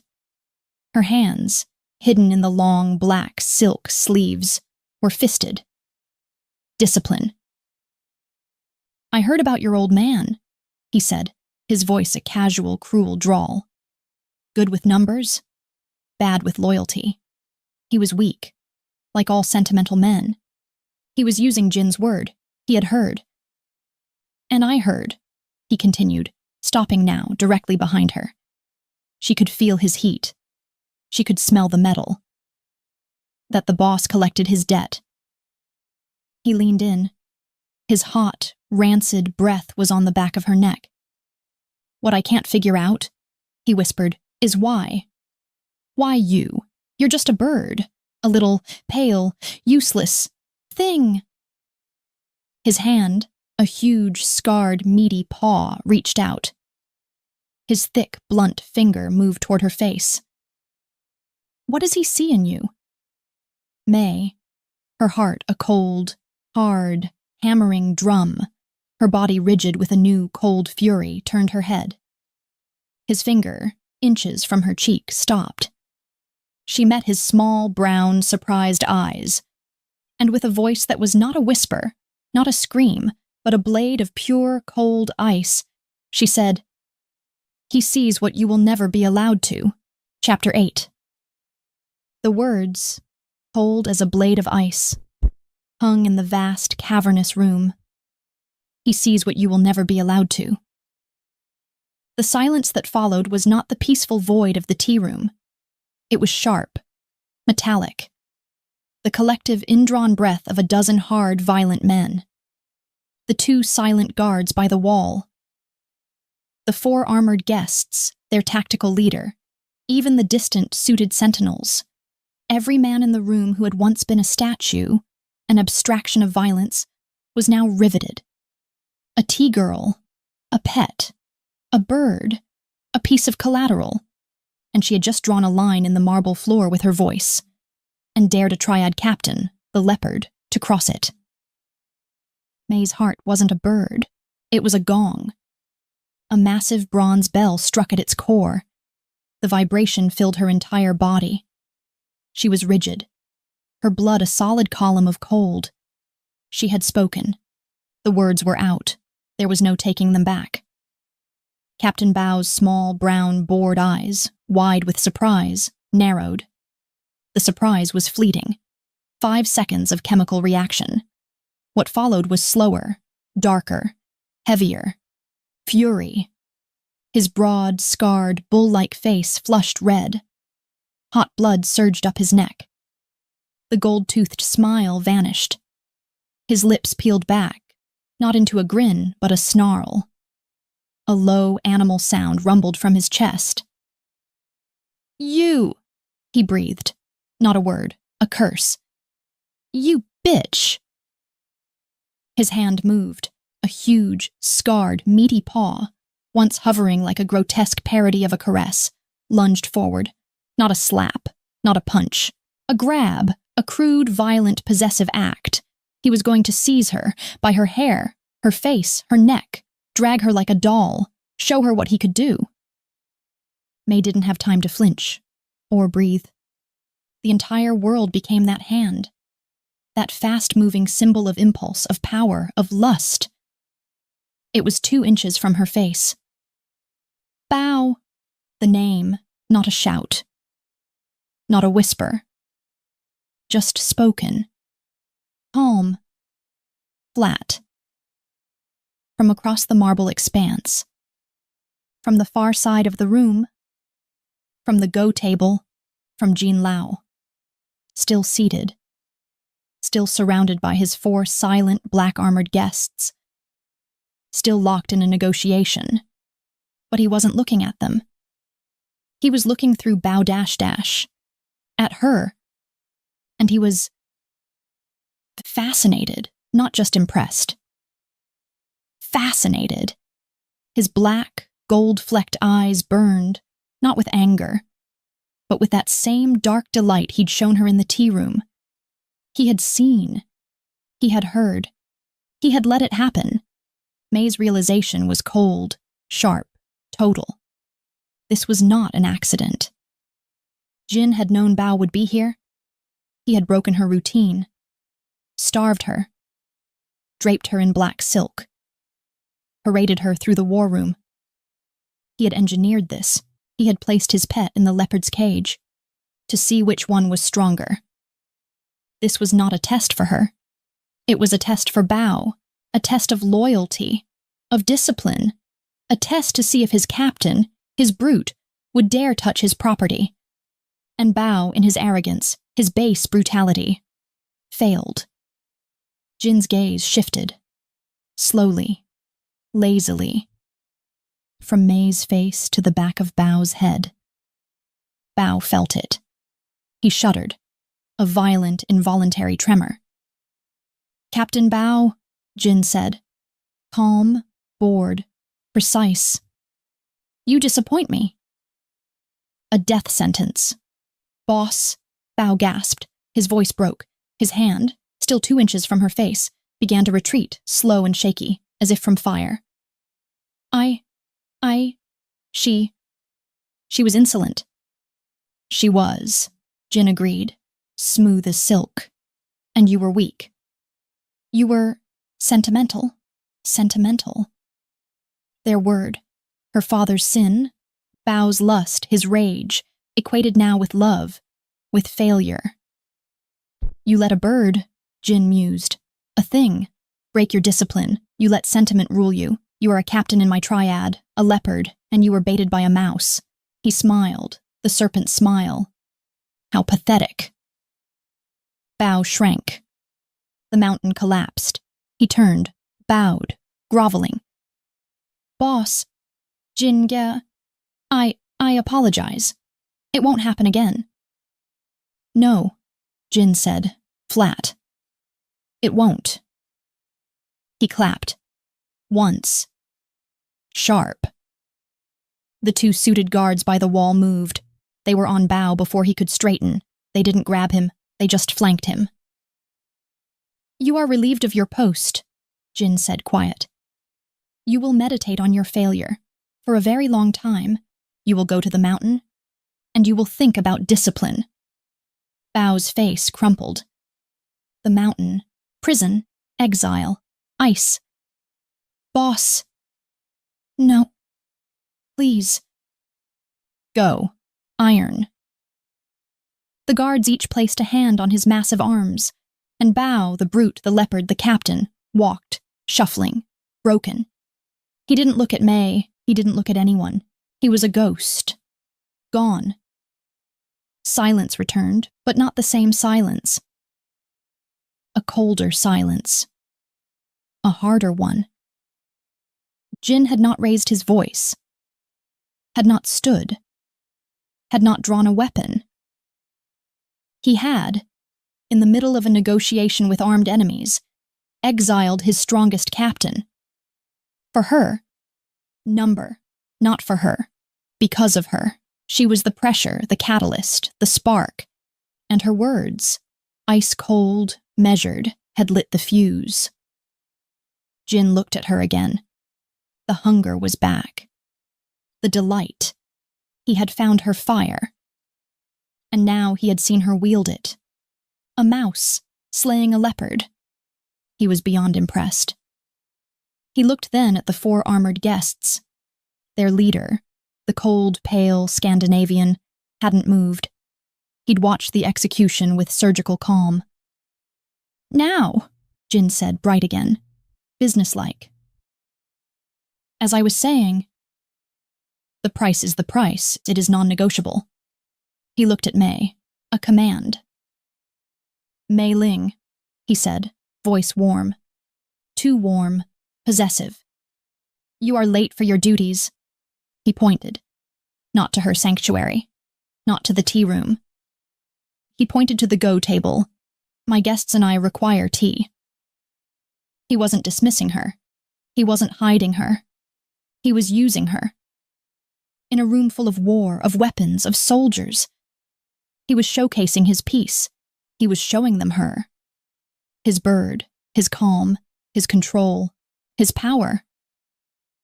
Mei looked at the go table. At the 4 armored men. At the submachine guns leaning against their chairs. At the cold, hard face of their leader. And then she looked at Jin. His eyes dared her. "Show me, show them, show me your resilience." Her heart, now a hard, cold drum, beat once. She bowed. "As the master wishes?" Chapter 9. The words hung in the air. As the master wishes. A bow. A capitulation. But it wasn't. It was an acceptance. A parry. A go stone, placed on the board with a cold, quiet click. Mei rose from her bow, her spine a single, rigid column of ice. Her body was screaming. Not from tension. Not from fear, though both were present. Her body was screaming from starvation. She hadn't eaten since the kanji the previous morning. 36 hours? 40? She'd lost count. Rage had been her fuel, but it was wildfire, burning through everything, leaving behind a hollow, aching void. Her head was light. The vast marble room, with its glass walls and galaxy of city lights, seemed to tilt. The edges of her vision blurred like watercolor in the rain. And now, she had to perform. Not in the void, not in her sanctuary. Here, in the war room, in the center of the standoff, in front of them. "My guests and I require tea." She turned. Her implements were in her apartment. A journey, an odyssey. She had to walk. Back through the room of men who had just watched her, a mouse, bring down a leopard. Men who had watched her master end a man's career, maybe even his life, with a single bored word. The mountain. It sounded like a grave. She put one bare foot in front of the other. The marble floor was cold. A shock. A slap of reality climbing up her legs into her spine. Good. Focus on the cold. Her black silk kimono. His kimono, whispered around her ankles. She was a shadow. A ghost. But she was a ghost with eyes. She walked. The Triad guards, once statues, now watched her. Their eyes tracked her. She was no longer just a pet. No longer collateral. She was something else. A catalyst. A linchpin. They looked at her with new, unsettled respect. With fear. She passed the 4 armored guests. Not Triad, something else. Their armor, matte black, light drinking.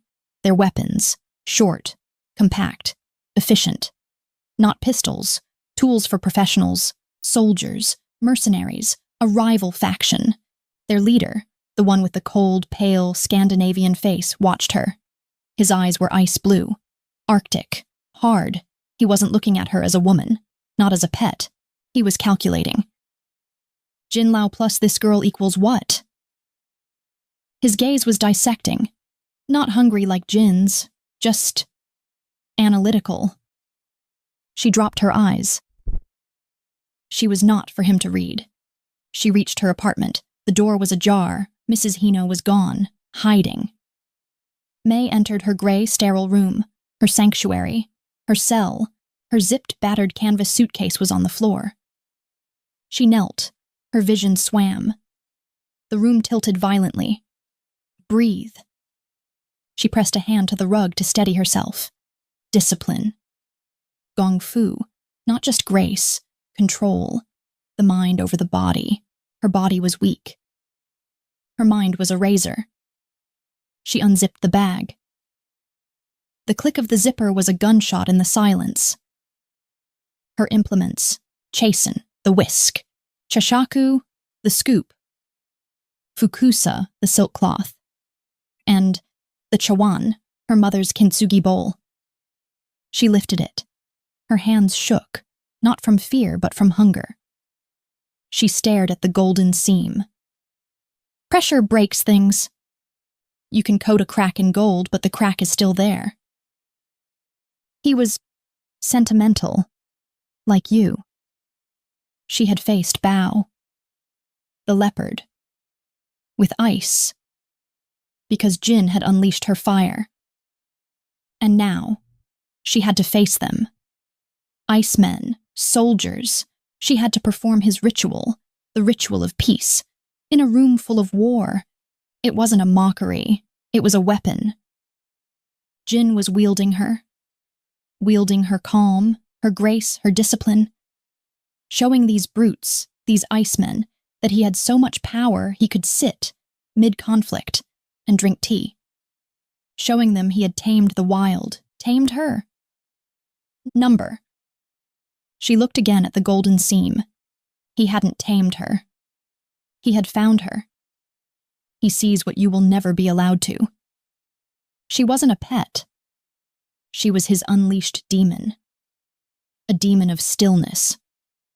She took a breath, stood, arranged her implements on a black lacquer tray. She needed water. She went to the black kitchen, filled the tetsubin, the kettle, with cold, filtered water. It was heavy. Her arms ached. Discipline. She walked back, out of her room, into the arena. Every eye followed her. The click, click, click of bare feet on marble. The hiss of silk. She was a priestess carrying the sacrament. She reached the go table, a low slab of ebony, its white grid inlaid with mother of pearl. Black and white stones scattered mid-game. A game of strategy, a game of territory, a game of war. And she was to make peace. There was no fire. Jin saw it. Saw her pause, her eyes on the cold kettle. He smiled. The serpent's smile. He clapped. Once. Sharp. A servant appeared, neither guard nor guest, carrying a small electric burner. Sterile, efficient. He placed it beside the table. Bowed, vanished, control, omnipotence. He had anticipated everything. May knelt. Black silk pooled around her. She placed the kettle on the burner, turned it on. A red light glowed. She was the center. Jin on one side. Black silk, predatory stillness, eyes devouring her, the Scandinavian on the other. Matte armor. Ice blue eyes dissecting. The 4 soldiers behind. The chorus of death. Their guns leaning nearby. May's head swam. Her body screamed. Focus. She took the fukusa, the silk cloth. She began the kata, the ritual of purification. Ichigo ichi, one time, one meeting, and this was the ultimate Ichigo ichi. She would never be in this moment again.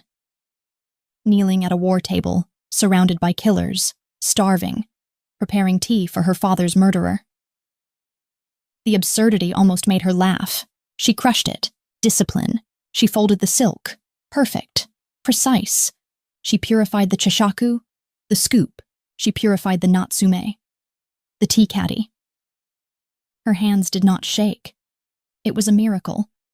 Her gong fu held, a scaffolding holding up her bones. The water began to hiss. The kettle sang. A serpent's song. She took the chawan, her mother's bowl. She scooped the matcha. The green was vibrant. A splash of life in a black and white world. She poured the water. She took the chasen, the whisk. She whisked. Shh, shh. The only sound in a room full of death. The soldiers watched her, mesmerized. The Scandinavian's eyes locked on her hands. The motion. Jin watched her face. He was tasting her focus, feeding on her discipline. The froth was perfect, a jewel-green foam. She stopped. Silence. It was done. Now, who first? The guest. The master? Protocol said the highest guest, but he was the master. He was everything. She looked at Jin. His eyes dared her. Choose. She chose. She picked up the chawan, turned it. Twice, presenting the most beautiful side. She leaned across the go-board and placed the bowl in front of the Scandinavian, the Iceman, the soldier, the enemy. She had not chosen Jin, she had chosen protocol, tradition, the rules of her art.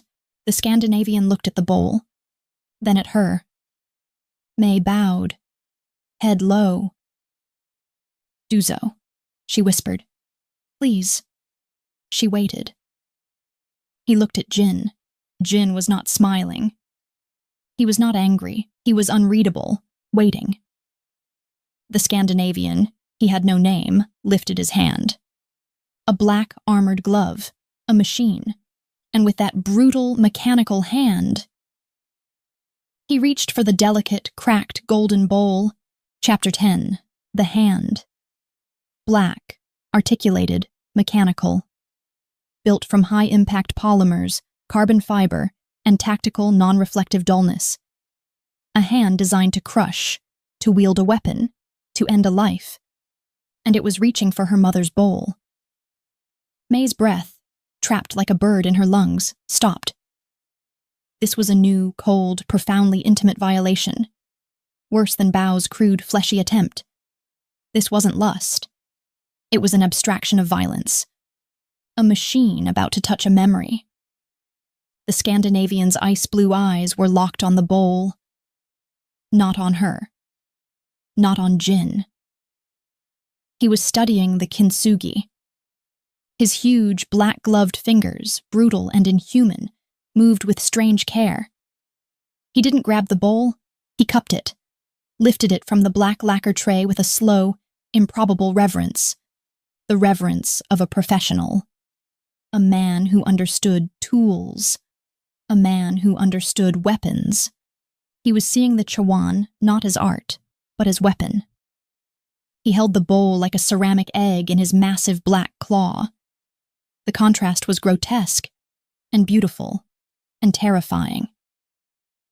He looked at her, his ice-blue eyes, cold, analytical, calculating. He had seen her choice, seen her defy the master, and he was impressed. He didn't drink, not yet. He spoke. Not a rumble like Bao's, not a silk whisper like Jin's. His voice was flat, synthesized, a low mechanical hum laced with an accent she couldn't place. Cold. The crack, he said. Not a question, a statement. His thumb, a broad black spatula, traced the golden seam. May's blood froze. He was touching it, tracing the wound. She couldn't speak. She nodded. A single stiff jerk of her neck. He looked to Jin. Kintsugi, Jin said, purring, narrating his move. The art of repairing what is broken with gold. To make it stronger, more beautiful, a philosophy. The Scandinavian's gaze returned to May. Broken, repaired, stronger, more beautiful. He understood everything. who she was, what she was, why she was here. He was not a brute. He was a serpent of a different kind. He lifted the bowl to his mouth. He had no mouth. He had a helmet, a visor. He paused, a hiss of pneumatics. The lower half of the helmet retracted. It slid up and away, revealing a mouth.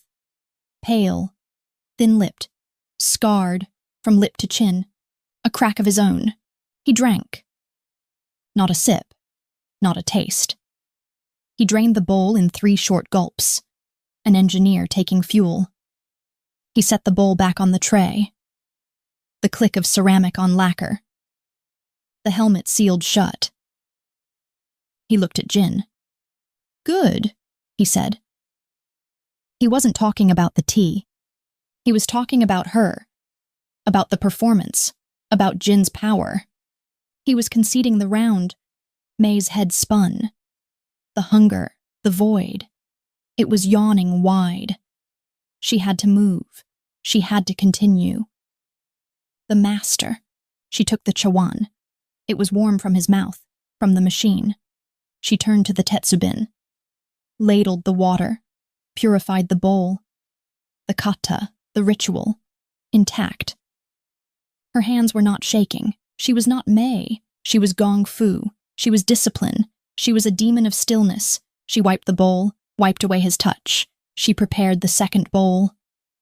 The matcha, the water, the whisk. Shh, shh, shh. The sound, the only sound. It was her sound, her ground. The froth was perfect. A jewel-green foam. She stopped. She picked up the bowl, turned it, twice, and leaned across the go-board. She placed her mother's bowl in front of her father's murderer. She did not bow. She met his eyes. His black, gold-flecked, endless eyes. They were not hungry, not delighted. They were burning, burning with cold black fire. Pride. He was proud of her. Proud that she had defied him, that she had chosen protocol, that she had shown his guest her strength. Proud that she was his. This look, more possessive than a touch, more terrifying than a threat. He wanted her strength, her will, her defiance. He wanted to own it. Slowly his hand, long, pale, an artist's hand, emerged from the black silk sleeve. He did not touch the bowl. His fingers brushed hers. Not an accident, not a caress. Contact, a jolt, fire, ice. May snatched her hand back as if burned. He smiled, the serpent's smile. He knew. She was not calm. She was not still. She was fire and ice. He lifted the bowl, looked at the golden seam, looked at her, and drank. He drank slowly, tasted her labor, her discipline, her fear, her rage. He swallowed. "The leopard," he said, his voice a silk whisper. He wasn't talking to her. He was talking to the Scandinavian. He was weak. He set the bowl down. He lacked discipline. He mistook impulse for power. He was sentimental. The Scandinavian nodded, a slow single dip of the helmet. "Bow was loud," said the synthesizer voice. "He was a dog who barked." "You do not like barking." "I do not," Jin agreed, pleasant again. "It interrupts the game." He gestured to the go-board. "And now," he said, "the interruptions are over. You've come a long way. You've brought your men, your toys. You must have something more than a thirst for tea." The Scandinavian laughed. Not a laugh. A hiss of air. A pneumatic gasp. "We have a gift," he said. "A stone for your board." He reached inside his armor, pulled out a tablet. A thin black slate of glass. He slid it across the go-board. It stopped in front of Jin. May was trapped, kneeling between them. A ghost. a servant, a confidant. She could not leave. She was part of the set. Jin looked at the slate. He didn't touch it. A gift, he mused. Gifts imply reciprocity. They are expensive. This one is free, the Scandinavian said. A show of good faith. A payment for the tea. He looked at May. And the entertainment? Jin smiled, tapped the slate. It lit up. A face. A name. A list of numbers. May's eyes were down, staring at the froth in the bottom of the tetsubin. But she saw it. Reflected in Jin's eyes. His pupils contracted. A single second. It was not Bao. It was not the leopard. It was someone else. Someone worse. Someone closer. A betrayal from within his own ranks. I see, Jin said. His voice was no longer silk, no longer a whisper. It was flat. Dead. The voice he had used when he spoke of her father. This is a problem? It is a cancer, the Scandinavian corrected. And we are the surgeons. We can cut it out. For a price. The price that was non-negotiable? Jin said. Was. Jin laughed. A cold, short bark. He looked at May. His eyes were black. All black. The gold was gone. He was not Jin. He was the serpent. Mei Ling, he whispered. She looked up. You are hungry. Not a question. A fact. She didn't answer. You will leave us now, he said softly. Go. Eat. He was dismissing her. The negotiation was over. The war was beginning. He had used her peace. Now he was unleashing his violence. He needed her gone. May looked at the slate, at the reflection of the name. She looked at the Scandinavian. She looked at Jin. She bowed. Hi, Goshujin-sama. Yes, master. She gathered her implements. Her hands were not shaking. She stood. The room tilted. The void yawned. She walked. Click, click, click. Past the soldiers, past the guards. The last thing she heard was Jin's voice. So, he said. The silk returned. Let us discuss the price of surgery. Chapter 11. The click. The click. The click. Her bare feet on the marble floor. It was the only sound in the universe. A cold, sharp metronome counting down the seconds of her life. A relentless, tiny percussion against the vast, cold silence of his empire.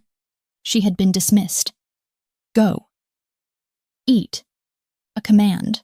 A benediction. A curse. He had cast her out of the war room, so the war could begin. She was a ghost, haunting the periphery. She had gathered her tray, her chawan, her whisk, her weapons, and she was retreating. Her entire being screamed for fuel, for safety, but she forced her retreat to be measured, graceful, a performance even in exit. The void wasn't just in her stomach, it was her. She was a walking, hollow thing. The room, the vast glass box of night, tilted, a ship on a black, starless ocean.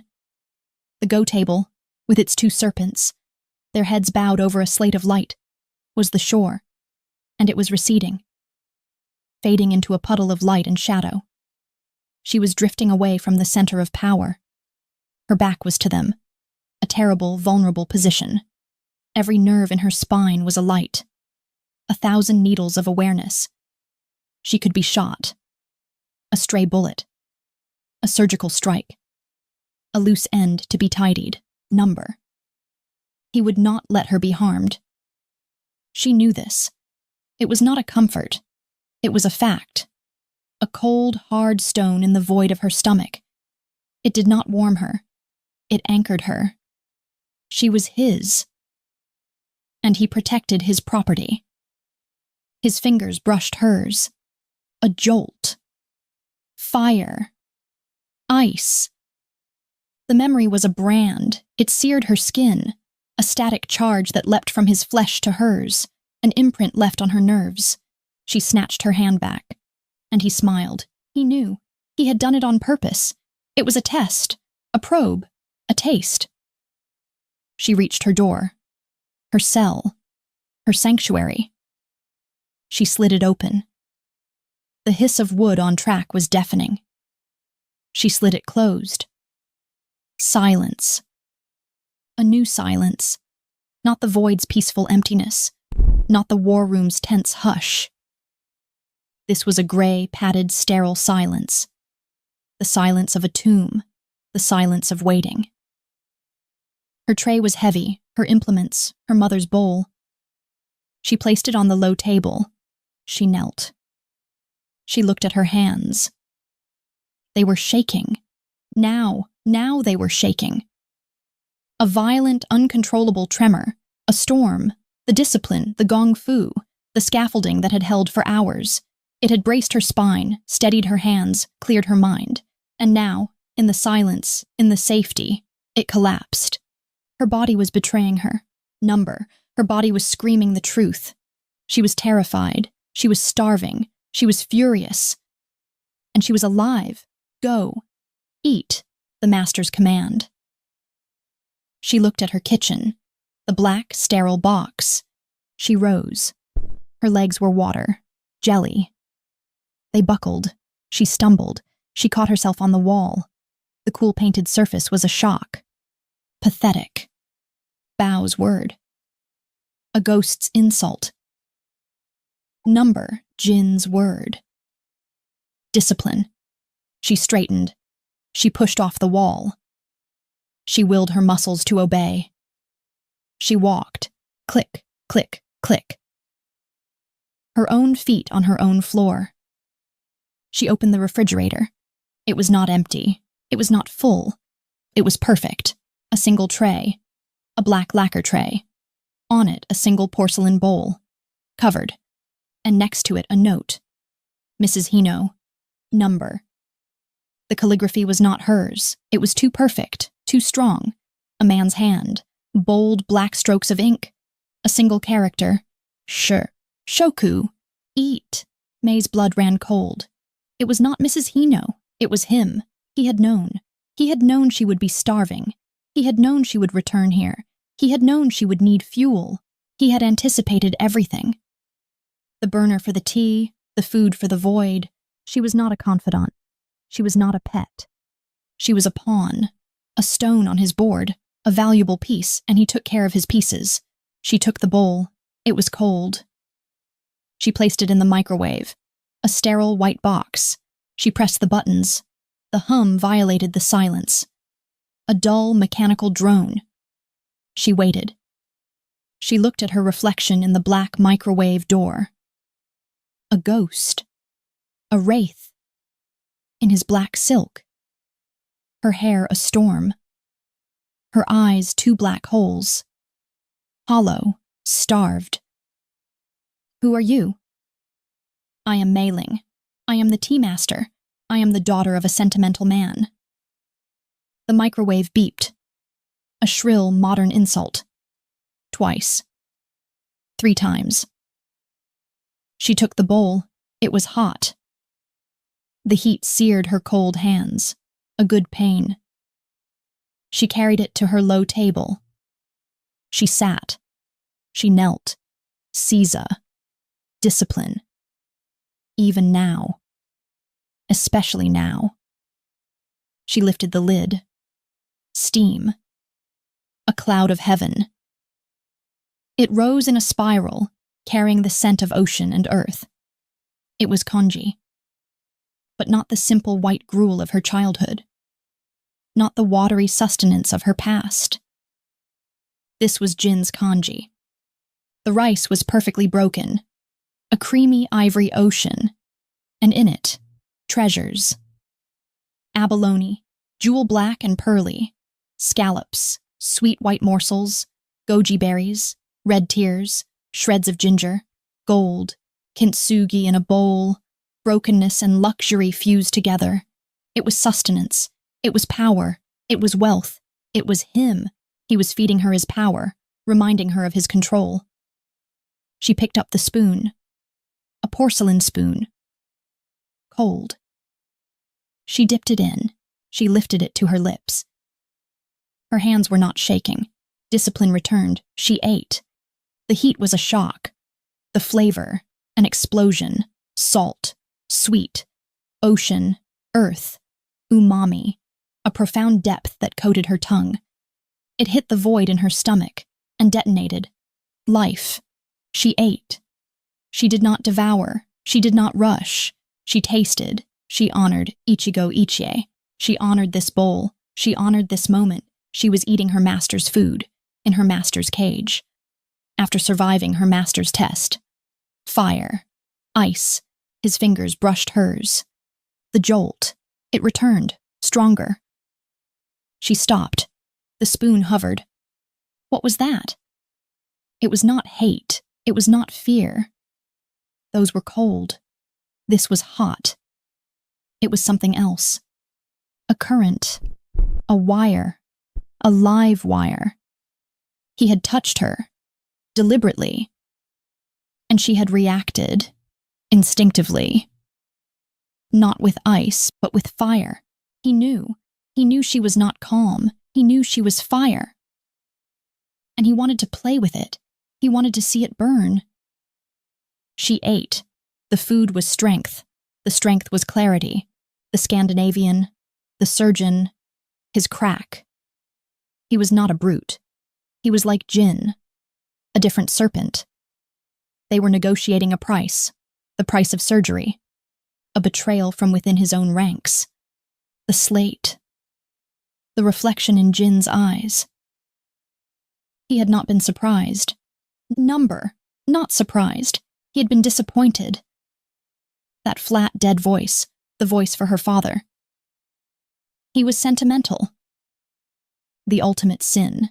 This betrayal was sentimental, emotional, weak, and Jin hated weakness.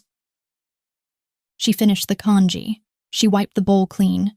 The void was full. Her body was warm. Her mind was sharp. She was not Mei-ling. She was not Mei. She was the tea master. And she waited. She knew he would return. The surgery would be silent. It would be clean. The Scandinavian was a professional. She heard nothing. No shouts, no shots, no screams. The penthouse was silent. The city beyond the glass was silent. Hours, 1 hour, 2. She did not sleep. She did not move. She knelt. She sat. Caesar. She meditated. But it was not peace, not emptiness. It was gong fu. It was discipline. It was readiness. She wasn't emptying her mind. She was sharpening it. She was staring into the void within herself. Acknowledging the fear, the rage, the hunger, the fire his touch had sparked. She acknowledged it all. And she sheathed it. She was coiling. She was waiting. She was honing her ice and banking her fire. She was waiting for the serpent. The click. It was not her door. It was the main elevator. The private one. A hiss and a thud. He was back. The surgeons were gone. She waited. Click, click, click. His shoes, on marble. Slow, deliberate. Tired, number, measured. Coming closer. Not to the void. Not to his study. Not to the go table. Here. He stopped outside her door. The silence screamed. It stretched. A wire pulled taut. He knew she was awake. He knew she was waiting. The door slid open. He stood in the frame. He was not a shadow. He was a void in the hallway light. His black silk kimono, undisturbed, pristine, not a drop of blood. Surgeons. He looked at her. Kneeling, waiting, calm. The empty kanji bowl on the table. Clean. Wiped. Perfect. He looked at the bowl. He looked at her. He was not Jinn. He was not the Serpent. He was something else. He was tired. Not physical, not emotional. Psychologically exhausted. The betrayal. The surgery. The negotiation. It had cost him. He stepped inside, into her room. He had never done this. Another line crossed. Another boundary erased. He walked past her. He walked to her window. The small crack of glass that looked out at nothing. At a wall. He stared at the wall. The surgery was a success, he whispered. His voice was not silk. It was sand, gravel, raw. The cancer is removed. He turned. He looked at her. Kneeling. Still. A demon of stillness. It was messy. He had not lied. Ever. But this was not a lie. It was a confession. And now, he said, I must think. He looked around her gray, sterile room, his creation, his cage. He looked at her. I find, he whispered, that I can only think clearly. He stepped closer, in the silence. He loomed over her, casting a shadow that swallowed her whole. That you create. He was not asking. He was stating a fact. He was addicted. He had come here for his drug. Peace. Chapter 12. Peace. The word hung in the air. It was the last word in his confession. The silence that you create. He loomed, black silk and shadow. He swallowed the light from her small gray room. He dominated the air, drinking in the oxygen, replacing it with his scent.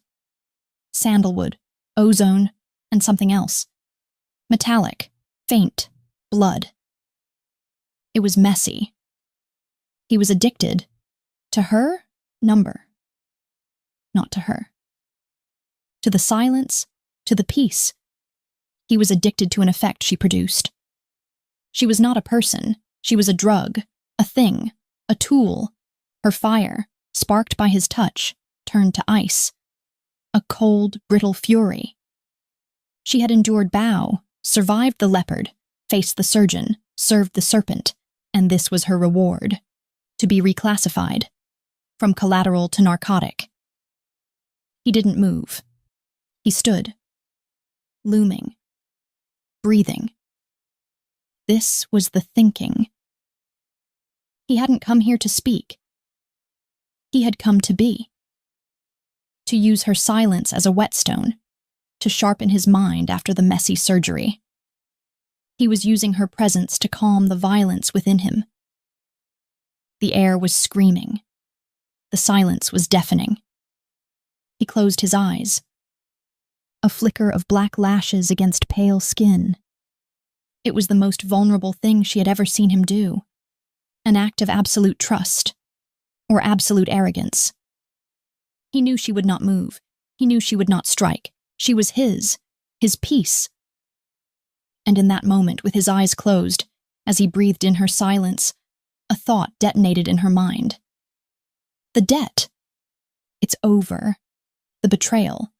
The surgery. The cancer. Removed. That was it. The books were balanced, not with money, but with blood. Bow's blood, the leopard's, and tonight's messy surgery. Her father's sentimental sin had been erased. She should be free. The word was alien, freedom. It tasted like ash. She had to know. She couldn't live another second as a drug. She had to know if she was still a prisoner. She opened her mouth. The sound was tiny. A betrayal of the peace. Goshujin-sama? His eyes snapped open. The black gold-flecked fire returned. He had been drifting. She had pulled him back. He didn't look angry. He looked intrigued. The mouse had squeaked. You spoke, he whispered. Not an accusation, an observation, discipline, ice. She forced her voice steady. The surgery, she said. Her voice was a stranger, hollow, hoarse. The betrayal. The cancer. He watched her, his head tilted. A serpent studying prey. It is done, she whispered. The problem is solved. The weakness is gone. Yes, he breathed, pleased that she understood. Now, she bowed her head. Discipline, protocol. The debt, she said, her voice trembling with the force of her will. My father's debt. It is paid? Silence. He was smiling. She didn't need to see it. She felt it. The air changed. The shadow over her lifted slightly. She dared to look up. He was, the serpent's smile, cold, beautiful, terrifying. He was proud. So clever, he whispered. My little demon of stillness. You miss no stone. You see the whole board. He stepped back. One step. He gave her air. Yes, Mei Ling, he said, his voice clear, formal. Your father's sentimental error has been balanced. The debt is paid. Paid. The word echoed. She closed her eyes. The relief was so profound, so absolute, it hurt. It was physical. A mountain lifted off her chest. Her father was avenged. His honor restored by her service. She was free. She moved to rise, to bow one last time, to gather her mother's bowl and walk out of this cage. His voice cut the air. But you are not going anywhere. She froze. Relief shattered. Ice returned. She looked up. The smile was gone. His face was calm, flat, impassive. This was not a negotiation. It was a statement of fact. What? The word was stolen from her lungs. The debt, he said, enunciating each syllable like he was speaking to a child. The debt is paid. That was a transaction, a contract of blood, money, and honor. It is closed. He stepped forward. The shadow returned. But we have no contract, Mei Ling. He knelt in front of her. Her mind stalled. He was on her level, not looming, not master, eye to eye, gold-flecked black, fire and night. The intimacy was unbearable. It was worse than his power. It was terrifying. I told you, he whispered. I'm addicted. To this. He gestured, not at her, but at the air between them. This silence, this clarity, this peace. I can't think without it. Without you. You calm the violence in me. You sharpen my mind. You are the only thing in this city that is not a lie. You are my peace. His eyes dropped to her mouth. A flicker. Fire. Ice. Her breath caught. He wanted dash dash. You can't keep me, she breathed. It wasn't defiance. It was despair. The debt is paid. The debt is irrelevant, he hissed. The serpent was back. Impatient. I'm not keeping you because of a debt. I'm keeping you because I want to. He reached out. His hand, long, pale, an artist's hand. He didn't brush her fingers. He cupped her jaw, contact, skin on skin. His hand was cold. Cold from the night air. Cold from the marble. Cold from the surgery. But the place he touched burned. Fire. She gasped. He held her, his thumb pressed against the pulse pounding in her neck. He felt it. Felt her fear. Felt her fire. He smiled. That smile. Just for her. You're not a prisoner, Mei Ling, Prisoner's dream of escape. He leaned closer. Sandalwood. Ozone. Blood. She couldn't breathe. She couldn't move. Paralyzed. Transfixed. A bird in a silken cage. You belong to me now. He leaned in. His lips brushed her ear. A searing electric shock. Your father's debt is paid, he whispered. Your own debt begins now.